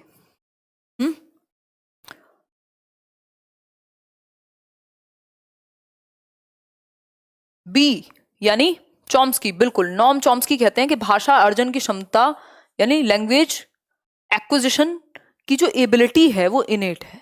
ठीक, आगे बढ़ेंगे।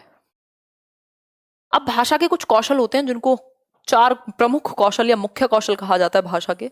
बेसिक स्किल्स भी कह देते हैं, मुख्य कौशल या basic skills of a language. ये कुछ 4 हैं, टोटल 4 बेसिक स्किल्स हैं, और ये इनका मनोवैज्ञानिक क्रम है सीखने का। कई लोग कहेंगे क्रम से नहीं सिखाई जाती, तो उन लोगों को ये बताइए कि क्रम से सिखाई जाती हैं। ये मनोवैज्ञानिक क्रम है। अगर आप साइकोलॉजिकली पूछेंगे इनका क्रम क्या है, तो यही इनका क्रम है कि पहले सुनना सीखेगा, फिर बोलना सीखेगा, फिर वो पढ़ना सीखेगा, देन वो लिखना सीखेगा।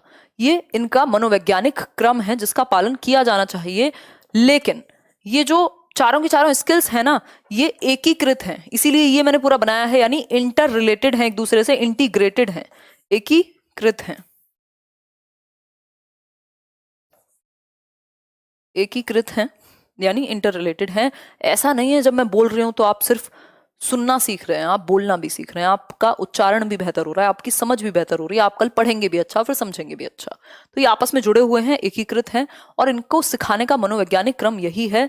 सु बो पाली से मैंने आपको याद कराया हुआ है। सु का मतलब सुनना, बो मतलब बोलना, प मतलब पढ़ना, और ली मतलब लिखना। सुबो पाली या फिर LSRW।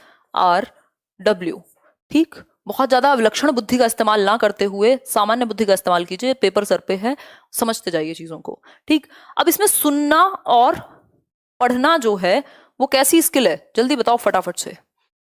1 रुपया इनाम है जो भी बताएगा सुनना और बोलना कैसी स्किल है। बहुत तेजी से बताइए, बहुत तेजी से। नहीं बता पाएंगे? आसान है, बहुत आसान है। देखो समझो, सुनना बोलना पढ़ना, अभी हम काफी मजेदार चीजें करने वाले हैं, कहानी शुरू ही हुई है। सुनना बोलना, सुनना और पढ़ना, इसमें आप ग्रहण कर रहे हैं लैंग्वेज को। ये क्या है? ग्रम्यात्मक कौशल है, ग्रम्यात्मक कौशल है, यानी रिसेप्टिव स्किल है, या निष्क्रिय कह लीजिए, पैसिव स्किल है। ठीक, ये दोनों ही। पढ़ना और लिखने में आप एक्टिव रहते हैं तो इसको सक्रिय कौशल या फिर एक्टिव स्किल्स या फिर प्रोडक्टिव स्किल्स, जिसमें आप कुछ उत्पादन करते हैं या अभिव्यक्ति करते हैं भाषा की, तो अभिव्यक्तात्मक कौशल है ये। अभिव्यक्तात्मक कौशल है कौन सा? बोलना और लिखना। अभी मैं बोल भी रही हूं, लिख भी रही हूं, मैं एक्टिव हूं, यानी अभिव्यक्तात्मक या उत्पादनात्मक या सक्रिय स्किल हुई है। और ये दोनों जो है, सुनना और पढ़ना, ये निष्क्रिय ग्रम्यात्मक रिसेप्टिव स्किल हुई। इतनी बात समझ में आई या नहीं? नहीं आई तो फिर से समझाओ खुद को, वापस से वीडियो देख के यहीं की। आगे बढ़ेंगे। देखिए, अब पढ़ने के बारे में, सुनने के बारे में पहले मैं बात कर लेती हूँ। सुनने के बारे में बात की जाए तो यही होना चाहिए कि बच्चे को आप क्लियर एक्टिविटीज देंगे, मौका देंगे सुनने का, सही मॉडल्स को, चाहे वो लैंग्वेज लैब के थ्रू दें, चाहे वो उच्चारण आप बार बार कराएं, जैसे भी हो। बेसिकली उससे लाउड रीडिंग भी करा सकते हो, मतलब सुनने की, या रिव्यू देने के लिए कह सकते हो कुछ चीजों को, तो सुनने की स्किल आपकी अच्छी हो जाएगी। अब इसमें जो बोलना स्किल है, इसके लिए आप उससे कविता का पठन करा सकते हो, है ना, रिसाइट करा सकते हो, कविता पठन करा सकते हो, रीडिंग करा सकते हो, तो बोलना ऑब्वियसली अच्छा ही होगा। कम्युनिकेट करा सकते हो, संवाद करा सकते हो, है ना, मौखिक प्रश्न पूछ सकते हो। ठीक, पढ़ना क्या है, इसको वाचन कहते हैं, इस पे हम थोड़ी चर्चा करेंगे।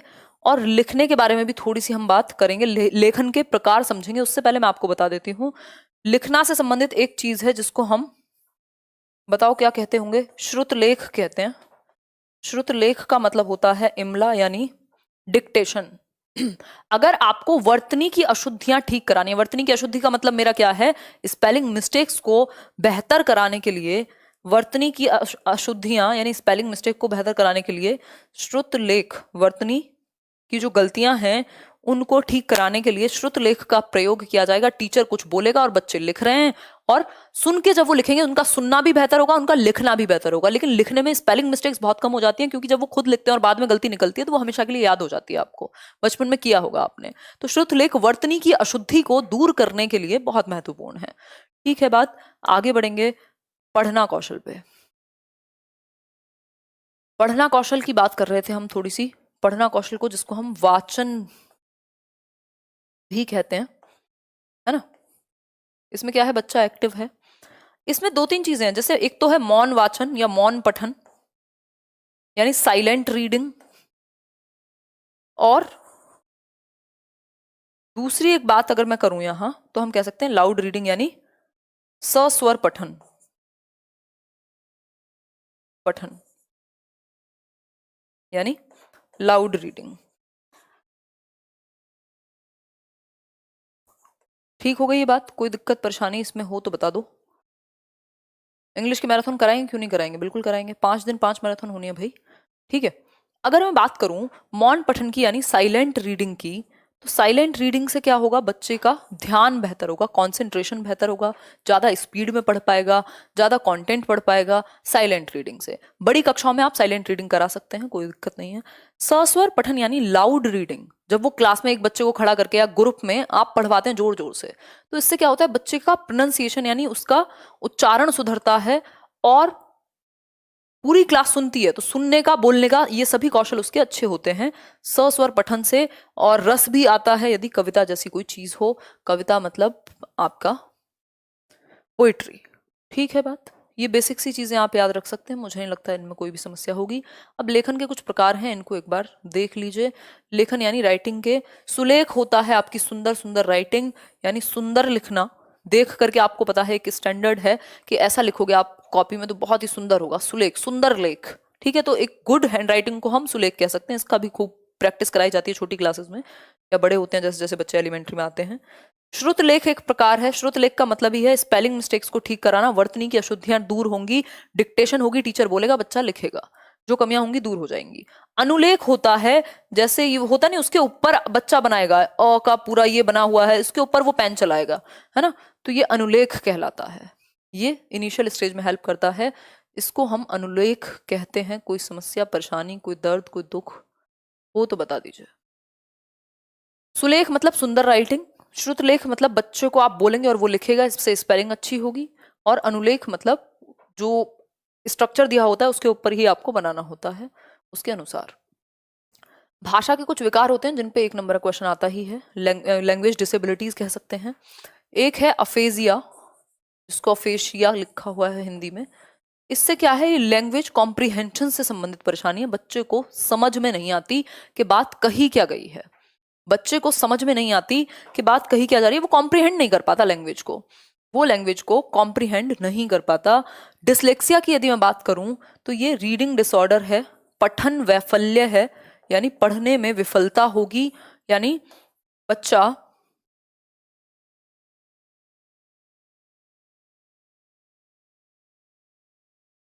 पढ़ने में उसको दिक्कत आएगी, रीडिंग डिसऑर्डर है। 9 को 6, 6 को 9 पढ़ सकता है ना।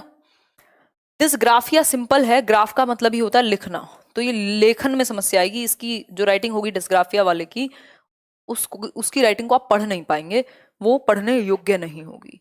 रीडिंग से रिलेटेड है डिसलेक्सिया। अफेजिया है भाषा को समझने से रिलेटेड, ठीक। और अगर अप्रैक्सिया हो जाए तो बोलने में भी दिक्कत हो सकती है, क्योंकि मोटर स्किल्स में यदि आपके गले की ही किसी दिक्कत हो जाए तो ऑब्वियसली बोलने में प्रॉब्लम हो सकती है। तो ये छोटी छोटी बातें हैं जो लंबी हो जाती हैं और महत्वपूर्ण हो जाती हैं पेपर में।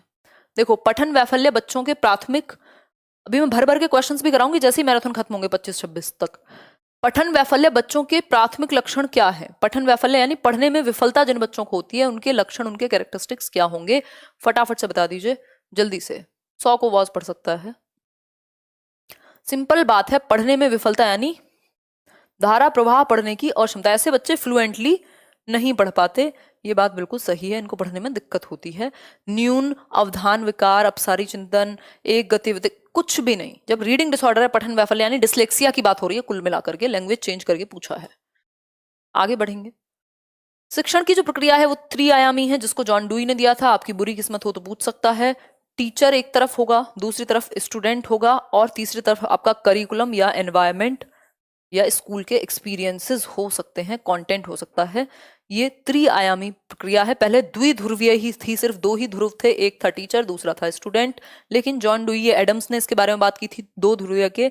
ये जो त्रिध्रुवीय है, ट्राइपोलर प्रोसेस है, इसके बारे में जॉन डुई बात करते हैं। एक तरफ शिक्षक है एक कोने पे जो कि टीचिंग लर्निंग एक्सपीरियंसेस देगा, छात्र है दूसरी जगह पे, और तीसरी जगह पे आपका कंटेंट या करिकुलम है जिसमें ये एक्टिविटीज होनी है। क्योंकि एनवायरनमेंट का भी रोल है, सिर्फ टीचर और स्टूडेंट ही नहीं होते, टीचिंग लर्निंग प्रोसेस में एनवायरनमेंट भी होता है। मैं और आप यहाँ जुड़े हुए हैं तो एक एनवायरनमेंट है कि हम लोग इतने प्यार से सीख रहे हैं, लाइक शेयर डिसलाइक सब करते हुए। बहुत मजे की बात। आगे बढ़ते हैं।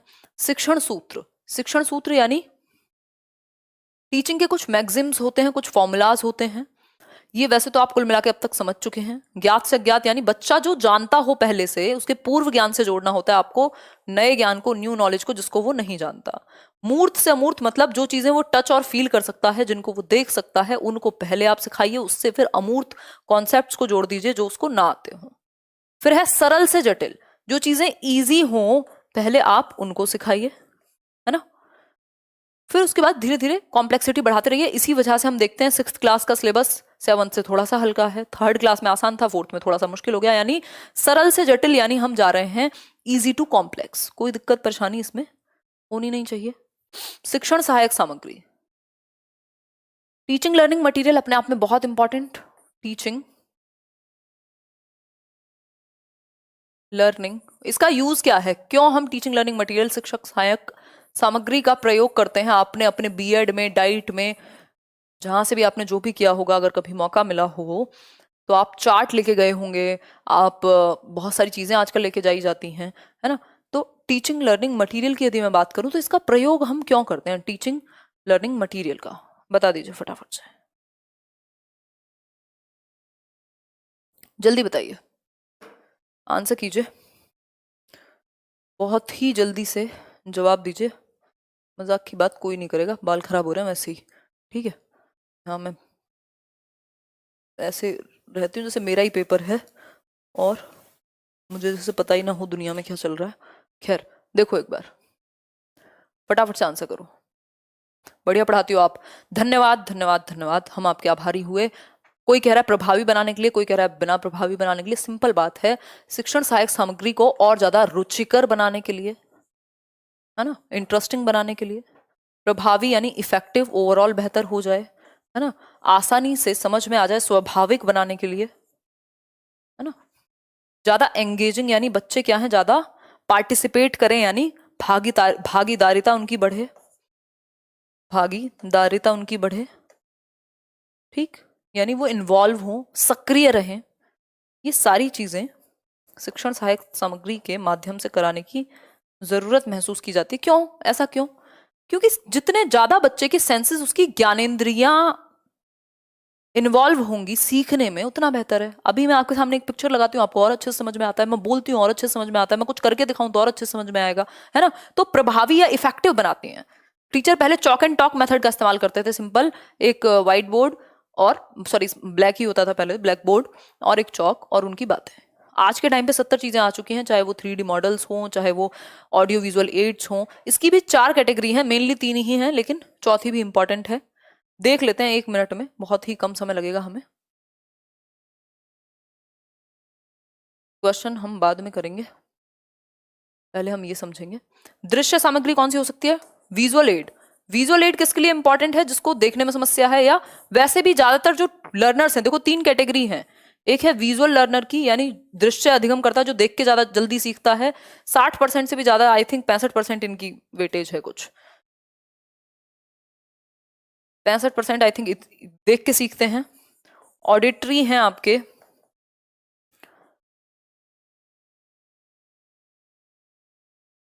एग्जैक्ट बताओ एक बार, मैंने लास्ट टाइम बताया था, कभी ना कभी तो बताया हुआ है। कुल मिला के बात ये है, सबसे ज्यादा विजुअल लर्नर्स होते हैं, फिर ऑडिटरी, और जो काइंस्थेटिक हैं, जो करके ही समझ में आता है जिन्हें, वो सिर्फ 5% लोग हैं, ठीक है। 30% ये होगा ऑडिटरी आपका, जो सुन के सीखने वाले हैं उनकी संख्या 30%।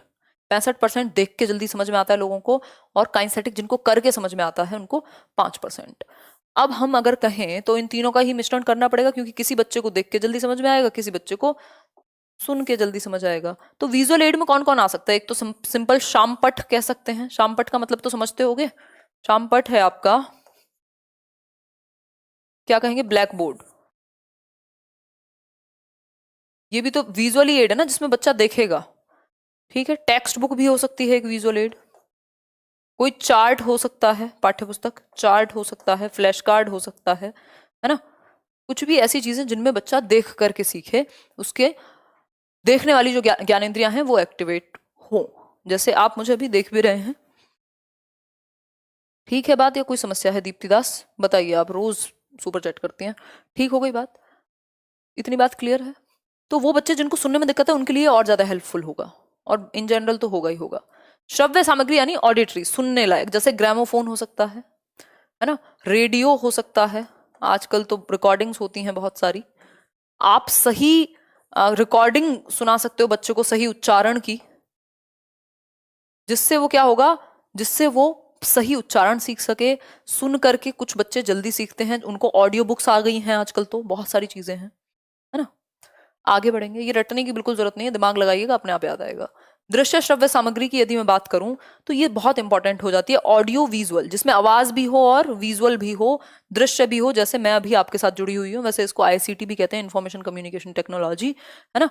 तो हम कह सकते हैं यहाँ पे आवाज भी आ रही है, जैसे टेलीविजन है, ऑडियो भी है, विजुअल भी है। आपका कंप्यूटर या मैं जिस तरीके से हम लोग अभी जुड़े हुए हैं, जिज्जी नेट नहीं चल रहा, भिजवाएं किसी को, जियो वालों को बुलवाएं आपके यहाँ, देखो एक बार। तो इससे और ज्यादा बच्चा एक्टिव होगा, सुनने वाला भी और देखने वाला भी। एक और प्रकार है जिसको हम क्रियात्मक कहते हैं, जिसको हम क्रियात्मक प्रकार कहते हैं। क्रियात्मक सामग्री का मतलब है जिसमें बच्चा सबसे ज्यादा एक्टिव है, उसके सबसे ज्यादा सेंसेस इन्वॉल्व है, यानी एक्टिविटी करेगा वो। जैसे फील्ड ट्रिप आप कहीं ले गए उसको, किसी भी जगह पे, चाहे वो मॉन्यूमेंट हो, चाहे वो कुछ भी हो, जहां पे भी वो एक्टिवली पार्टिसिपेट कर सके। किसी साइंस म्यूजियम को दिखाने ले गए, कहीं भाषा की प्रयोगशाला में लेकर के चले गए, जहां बच्चे आपस में डिस्कशन कर रहे हैं, है ना। बादल कुमार कह रहे हैं आप बहुत अच्छे टीचर हो, इतना अच्छा पढ़ाने के लिए धन्यवाद, थैंक यू सो मच बादल। देखिए, फील्ड ट्रिप हो गई, कोई एक्टिविटी हो गई, ग्रुप एक्टिविटी, कहीं आपने बच्चों को मौका दिया, डिस्कशन डिबेट्स जो होती हैं वो सब हो जाएंगी, जिसमें बच्चा एक्टिव होगा फिजिकली भी। एक क्वेश्चन आपके सामने प्रस्तुत है, जरा देखिए।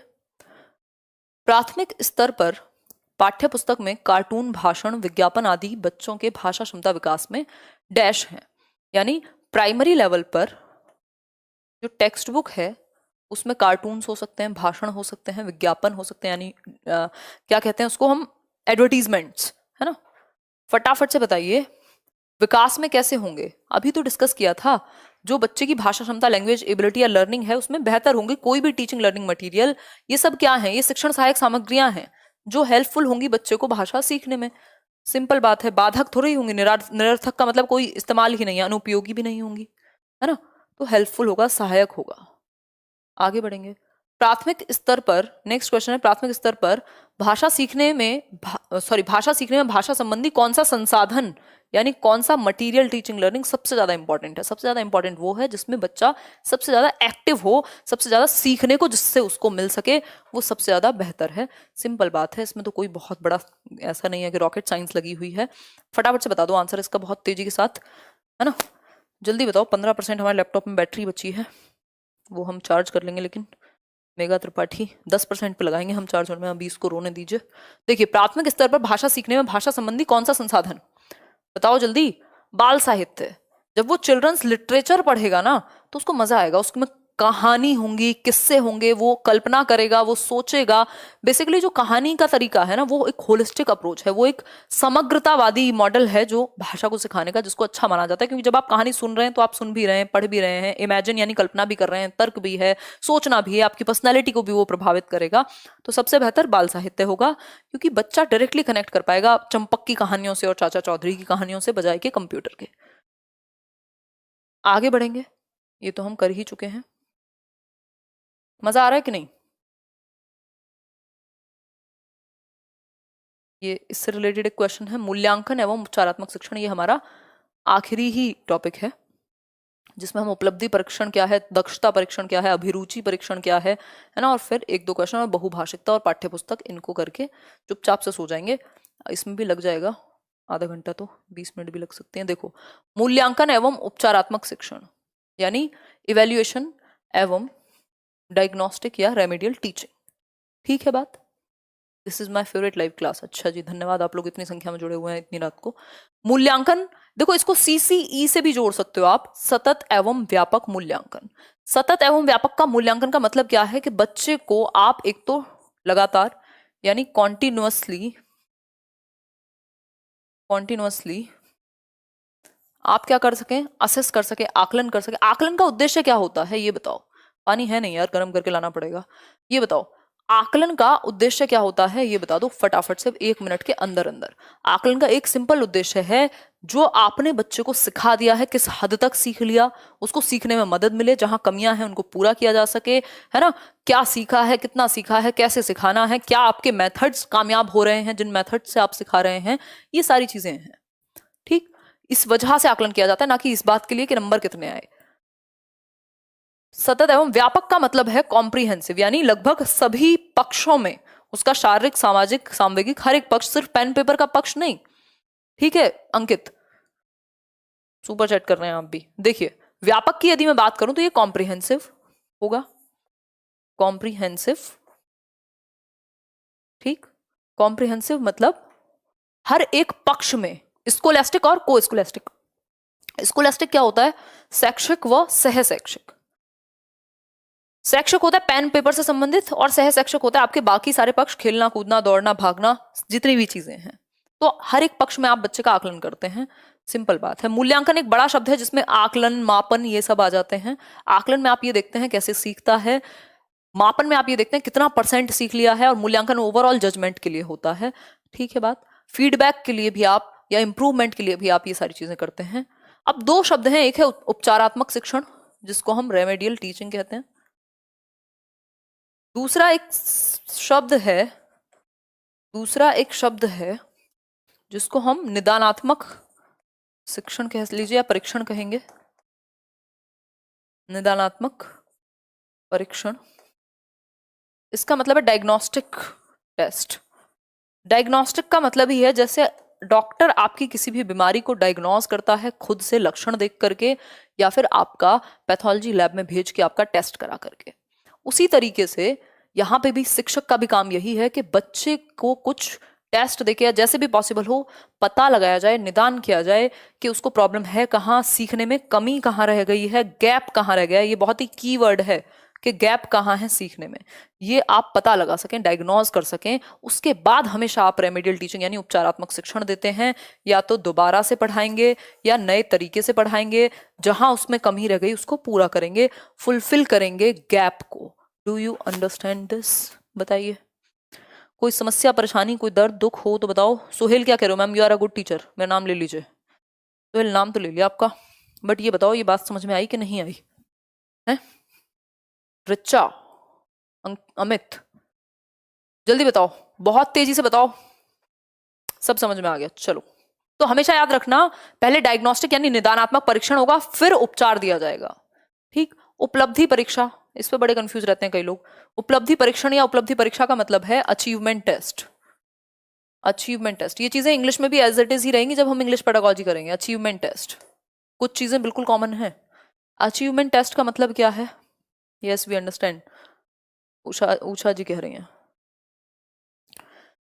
देखिए अचीवमेंट टेस्ट का मतलब है आप ये देख रहे हैं, एक परीक्षा ले रहे हैं, आपने साल भर पढ़ा दिया बच्चे को, अब आप जानना चाहते हैं कि उसने किस हद तक सीख लिया है, कैसा सीखा है, शिक्षण कार्यक्रम जो आपकी टीचिंग लर्निंग का पूरा प्रोसेस था वो किस हद तक सफल हो पाया है ना। ये बातें आप, ये चीजें क्लैरिफाई करना चाहते हैं, इसलिए आप एक उद्देश्य उपलब्धि परीक्षण बनाते हैं, एक अचीवमेंट टेस्ट बनाते हैं, जिससे पता कर सकें कि बच्चे ने कितना सीख लिया है, कैसे सीखता है, अगर कहीं कमी है तो उसको कैसे ठीक कराएं। ठीक है रवि सोनी। फिर है भाषा कौशलों को कहाँ तक सीख पाया और उनके आधार पर भाषा का प्रयोग किस हद तक उपयुक्त ढंग से कर पाया है आदि। मतलब जो कौशल, जो स्किल्स, सुनना, बोलना, पढ़ना, लिखना उसको सिखाए गए थे, उनके आधार पे वो लैंग्वेज को यूज कर भी पा रहा है कि नहीं, जो सिखाया गया वो कितना इफेक्टिव था, कहां तक वो पहुंचा है, कैसे उसको ठीक करना है, ये बातें अचीवमेंट परीक्षण में यानी अचीवमेंट टेस्ट उपलब्धि परीक्षण में आती हैं। अब तो नाम ले लीजिए, मुबारक अली कह रहे हैं, मुबारक हो, मुबारक अली आपका नाम ले लिया है। दक्षता परीक्षा देख लीजिए, दक्षता परीक्षा है आप कितने प्रवीण हो गए किसी चीज में, है ना। मतलब कितने पारंगत, कितने आप परिपक्व, कितने आप मास्टर कर लिया आपने किन स्किल्स को। वहां तो बात ये थी कि कैसे सीखा है, कितना सिखाया है, उसको कितना अचीव किया है। यहां बात ये है क्या आप दक्ष हो गए किसी चीज में या नहीं, आप परिपक्व हो गए कि नहीं, आप मास्टर कर लिए आपने स्किल्स या नहीं कर लिए। यहां बात मास्टरी की है कि किस हद तक मास्टरी हुई है। तो ये हल्का सा ही अलग है उससे। इसमें यह जाना जा सकता है कि शिक्षार्थी शिक्षण विषय को कहां तक समझ पाया है और कौशलों की दक्षता या प्रवीणता किस किस स्तर तक, किस लेवल तक कर लिया, इस बात का इनको हाथ में चाहिए रिजल्ट। ये नहीं कि कितना हो गया देख लें, बाकी ज्यादा बातें नहीं। इसमें मेन फोकस है मास्टरी हुई कि नहीं और हुई तो किस हद तक हुई। फोकस है मास्टरी पे कि अगर उसकी स्पीकिंग स्किल अच्छी है तो कितनी हद तक अच्छी है, क्या वो डिबेट में पार्टिसिपेट कर लेगा, क्या वो इसी चीज में पार्टिसिपेट कर लेगा। ठीक, तो ये दक्षता परीक्षण है। इससे पहले बच्चे को नॉलेज होनी जरूरी है। एक है अभिरुचि टेस्ट, यानी एप्टीट्यूड टेस्ट कहते हैं इसको। एप्टीट्यूड मैंने आपको सीडीपी क्लास में बताया था। एप्टीट्यूड या अभिरुचि का मतलब होता है हमारे अंदर कुछ इनेट पोटेंशियल है, कुछ छिपा हुआ पोटेंशियल है किसी एक पर्टिकुलर फील्ड को परस्यू करने के लिए, किसी भाषा को सीखने, किसी प्रोफेशन में जाने, इन सब के प्रति क्या बच्चे के अंदर वो है भी या नहीं। क्या उसके अंदर सीखने का पोटेंशियल भी है या हम बस बिना मतलब सिखाए जा रहे हैं। ऐसा तो नहीं है रिटार्डेड है, ऐसा तो नहीं है वो सीख ही नहीं सकता, ऐसा तो नहीं है कहीं कुछ गड़बड़ है, एप्टीट्यूड ही कम है, बहुत स्लो समझ में आता है। ये सारी बातें अभिरुचि परीक्षण के बारे में हैं। इतने आप लाइक शेयर कीजिए। और मैं कहाँ से आती हूँ, मैं चार्जर लेके आती हूँ अगले 1 मिनट के अंदर अंदर, है ना, और चाय भी लेके आती हूँ। 1 ही मिनट लगेगा बस, बहुत मजे से भी इंपॉर्टेंट, बस 20 मिनट का काम और होगा हमारा।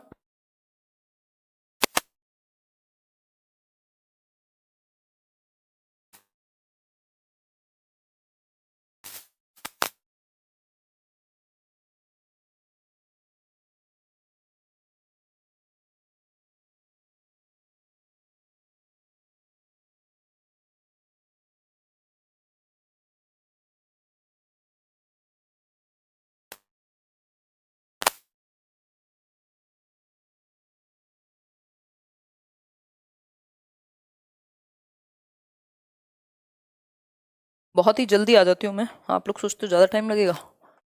आपको लगा था कि बहुत बड़ा ब्रेक मिल गया। 1 मिनट का ब्रेक है बस, 1 ही मिनट का ब्रेक है, वरना लैपटॉप बंद हो जाएगा और मैं आपकी चैट नहीं पढ़ पाऊंगी। दिक्कत ये हो जाएगी, बाकी तो कोई दिक्कत नहीं है। बहुत बढ़िया। सोने का टाइम नहीं है ये, 20 मिनट तक पढ़ाई करो, सोएगा कोई नहीं इतने। यहाँ हमारी मोटर नहीं भरी गई, इनको सोने की लगी है। चाय कहाँ है, मिल गई। जिंदा रहने के, चलिए। अच्छा माइक ऑन ही रह गया। चलिए शुरू करते हैं, आई मीन कंटिन्यू करते हैं।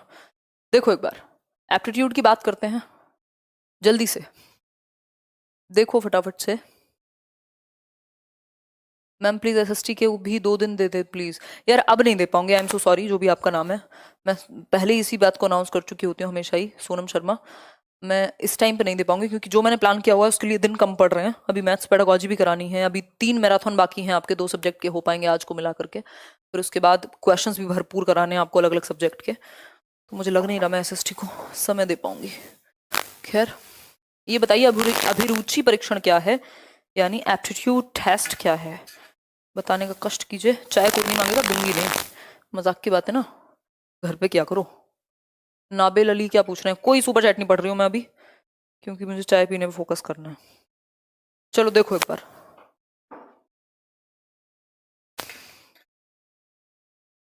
बहुत बढ़िया। 1 मिनट रुक जाओ, पढ़ ही लेती हूँ। बहुत ज्यादा रोबोटिक मोड में नहीं पढ़ेंगे, 1 आध मिनट का ब्रेक भी जरूरी है। कुमार गौरव, नबील अली कह रहे हैं मैम हम साल भर से पढ़ रहे हैं आपके लेट्स लर्न से। मैम थैंक यू, अरे बहुत बढ़िया Nabeel, thank you so much. Sonam so sorry यार, अभी मैं गिर जाती, मुझे आते बहुत।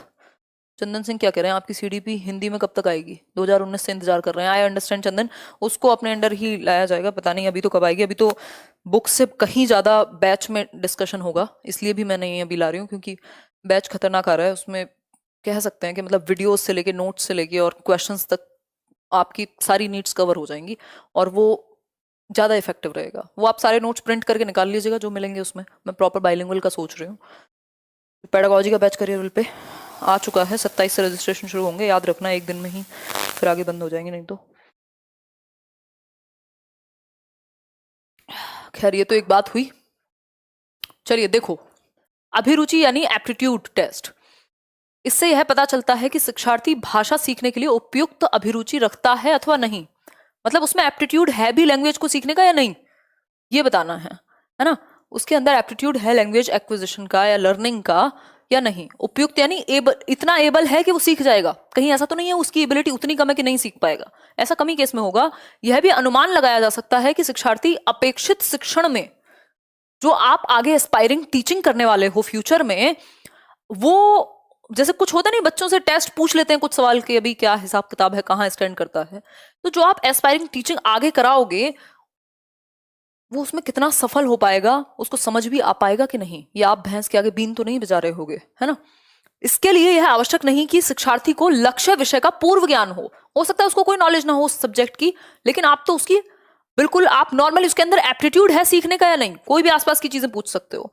दक्षता परीक्षा जो थी, जो मास्टरी वाला टेस्ट था, उसमें ज्ञान होना आवश्यक था, सब्जेक्ट पे मास्टरी होनी जरूरी थी। यहाँ मास्टरी की जरूरत नहीं है, बस एबिलिटी हो, वो उत्सुकता हो, वो क्षमता हो कि वो भाषा को सीख पाए। ठीक है बात, कोई दिक्कत परेशानी, कोई दर्द, कोई दुख नहीं होगा मेरे ख्याल में इस बात को समझने में। आगे बढ़ जाएंगे। डिसलाइकर्स से दुखी मत हुआ करो, मैं तो मजे लेती रहती हूँ, मेरे सामने ना लाइक डिसलाइक दोनों दिखते रहते हैं, 1% भी नहीं होते हैं डिसलाइक, तो उन पे कौन ध्यान देगा। लेकिन मैं तो आदत हो गई है बीच बीच में आपको रीइंफोर्स करने के लिए, और क्या कहूँ यहाँ पे। देखो, एक क्वेश्चन है, आकलन किस लिए करते हैं, आकलन का उद्देश्य क्या है, ये मैंने आपके साथ अभी डिस्कस किया था। बताओ आकलन का उद्देश्य क्या है, आकलन का उद्देश्य क्या है, ये बता दो।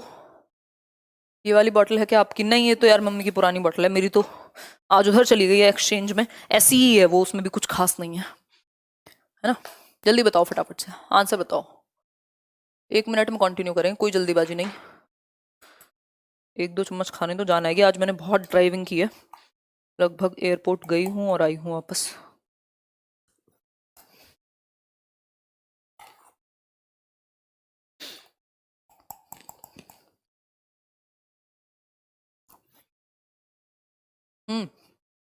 बहुत स्पीड है बिल्कुल।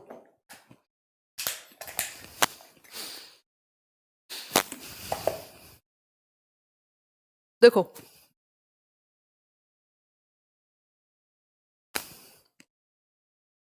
बी सही है, आप लोग कह रहे हैं।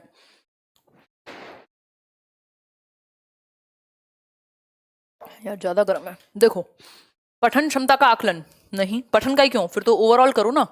उद्देश्य बच्चे के असेसमेंट का क्या होगा, अभी जो मैं इतनी देर से बोल रही थी कि क्यों असेस करेंगे, क्यों आकलन करेंगे, उद्देश्य क्या होते हैं, ऑब्जेक्टिव्स क्या होते हैं, टीचर अपने आप को चेक कर पाएगा, उसके मेथड कितने सक्सेसफुल हुए, बच्चा खुद को कर पाएगा, पेरेंट्स खुद को कर पाएंगे, माहौल खुद को कर पाएगा। ठीक है बात। उसके भाषा प्रयोग की क्षमता का आकलन, वो भाषा को प्रयोग करना इंपॉर्टेंट है ना, यूज लैंग्वेज का बहुत इंपॉर्टेंट है। बात तो सही है, फिर भी देख लेते हैं। सिर्फ लेखन क्षमता क्यों, उसकी बोलने की कुशलता का आकलन, ये इसी में आ गया ना। भाषा प्रयोग में तो सुनना, बोलना, पढ़ना, लिखना सब आ गए ना, सूबो पाली चारों आ गए।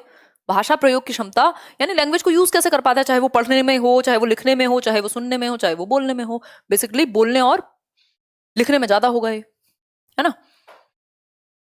आगे बढ़ेंगे। अच्छा, प्राइमरी स्किल्स यानी मुख्य कौशल किसको कहते हैं, और पुनर्बलन वाले कौशल, रीइंफोर्समेंट स्किल्स कौन सी होती हैं, तो मैं आपको बता देती हूँ। प्राइमरी स्किल यानी मुख्य कौशल कहते हैं भाषा के लिसनिंग और स्पीकिंग को, यानी सुनना और बोलना को मुख्य कौशल। दाने दाने पे लिखा है खाने वाले का नाम। हाँ, चाहते तो आप लोग होगे बट मिल नहीं पाया, कर लो सब्र, यही कह के। रैशनलाइजेशन कहते हैं उसको फ्रॉइड की भाषा में, या ईगो डिफेंस मैकेनिज्म की भाषा में, जो सीटेट में नहीं पूछा जाता, तो मैं आपका समय व्यर्थ नहीं करूंगी। देखो एक बार, प्राइमरी की बात करें अगर, तो लिसनिंग और स्पीकिंग दोनों चीजें आएंगी। अगर रीइंफोर्समेंट स्किल, पुनर्बलित कौशल की बात करें, या सेकेंडरी कहना चाहो तो सेकेंडरी कह लो, इसमें स्पीकिंग और राइटिंग आते हैं, बोलना और लिखना आता है, इसमें रीडिंग नहीं आती है, तो इसको कंफ्यूज मत होना। ठीक है बात, इतना याद रख लेंगे या नहीं रख पाएंगे, ये बता दीजिए सरकार, तभी आगे बढ़ेंगे।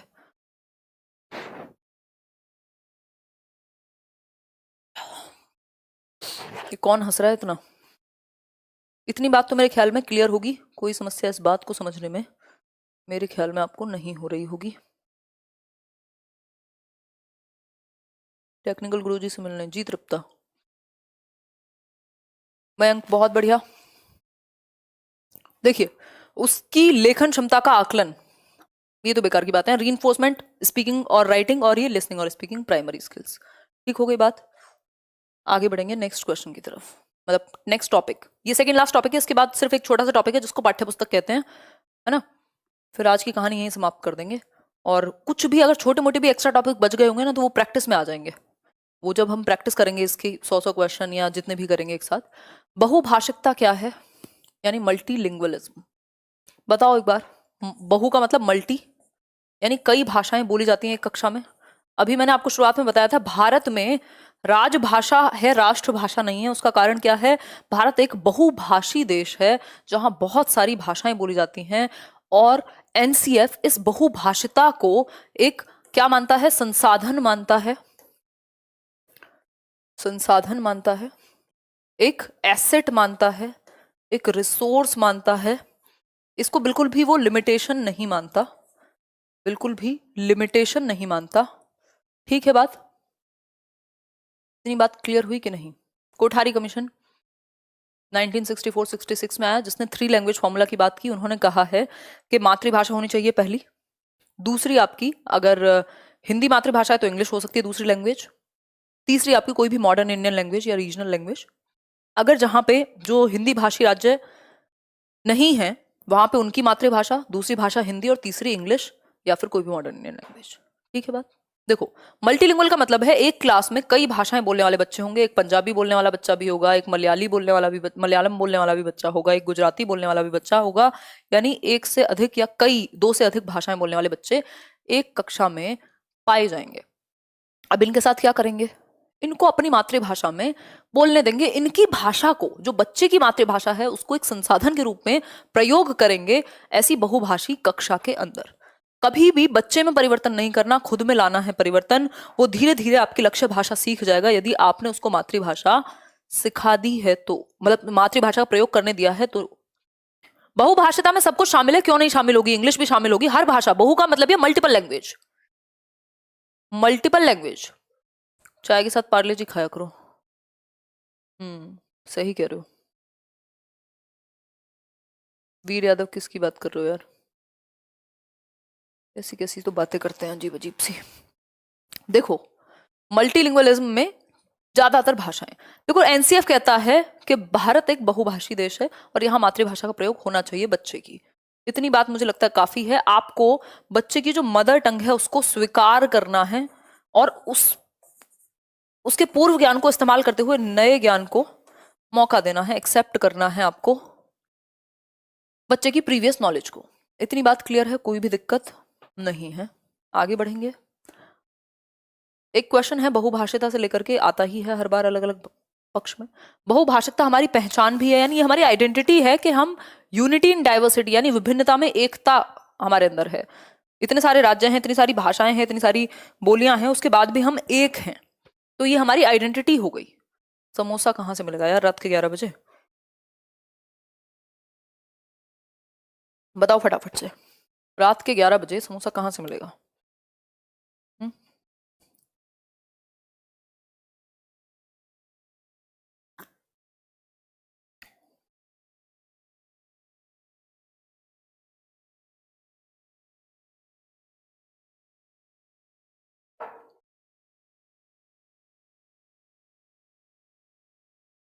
खैर देखिए एक बार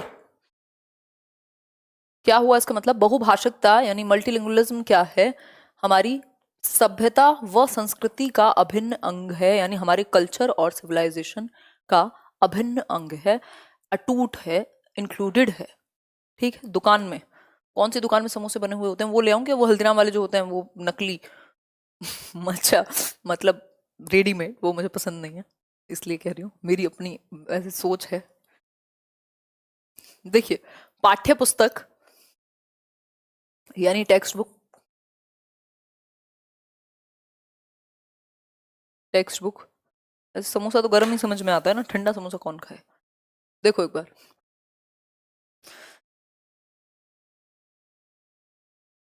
आपकी नकल कर लिया मैराथन और भी चैनल पर होने लगे। वो तो रंजना, ये लोग पता नहीं कितने सालों से कर रहे हैं, फिर अपने आप को तोप भी बताते हैं।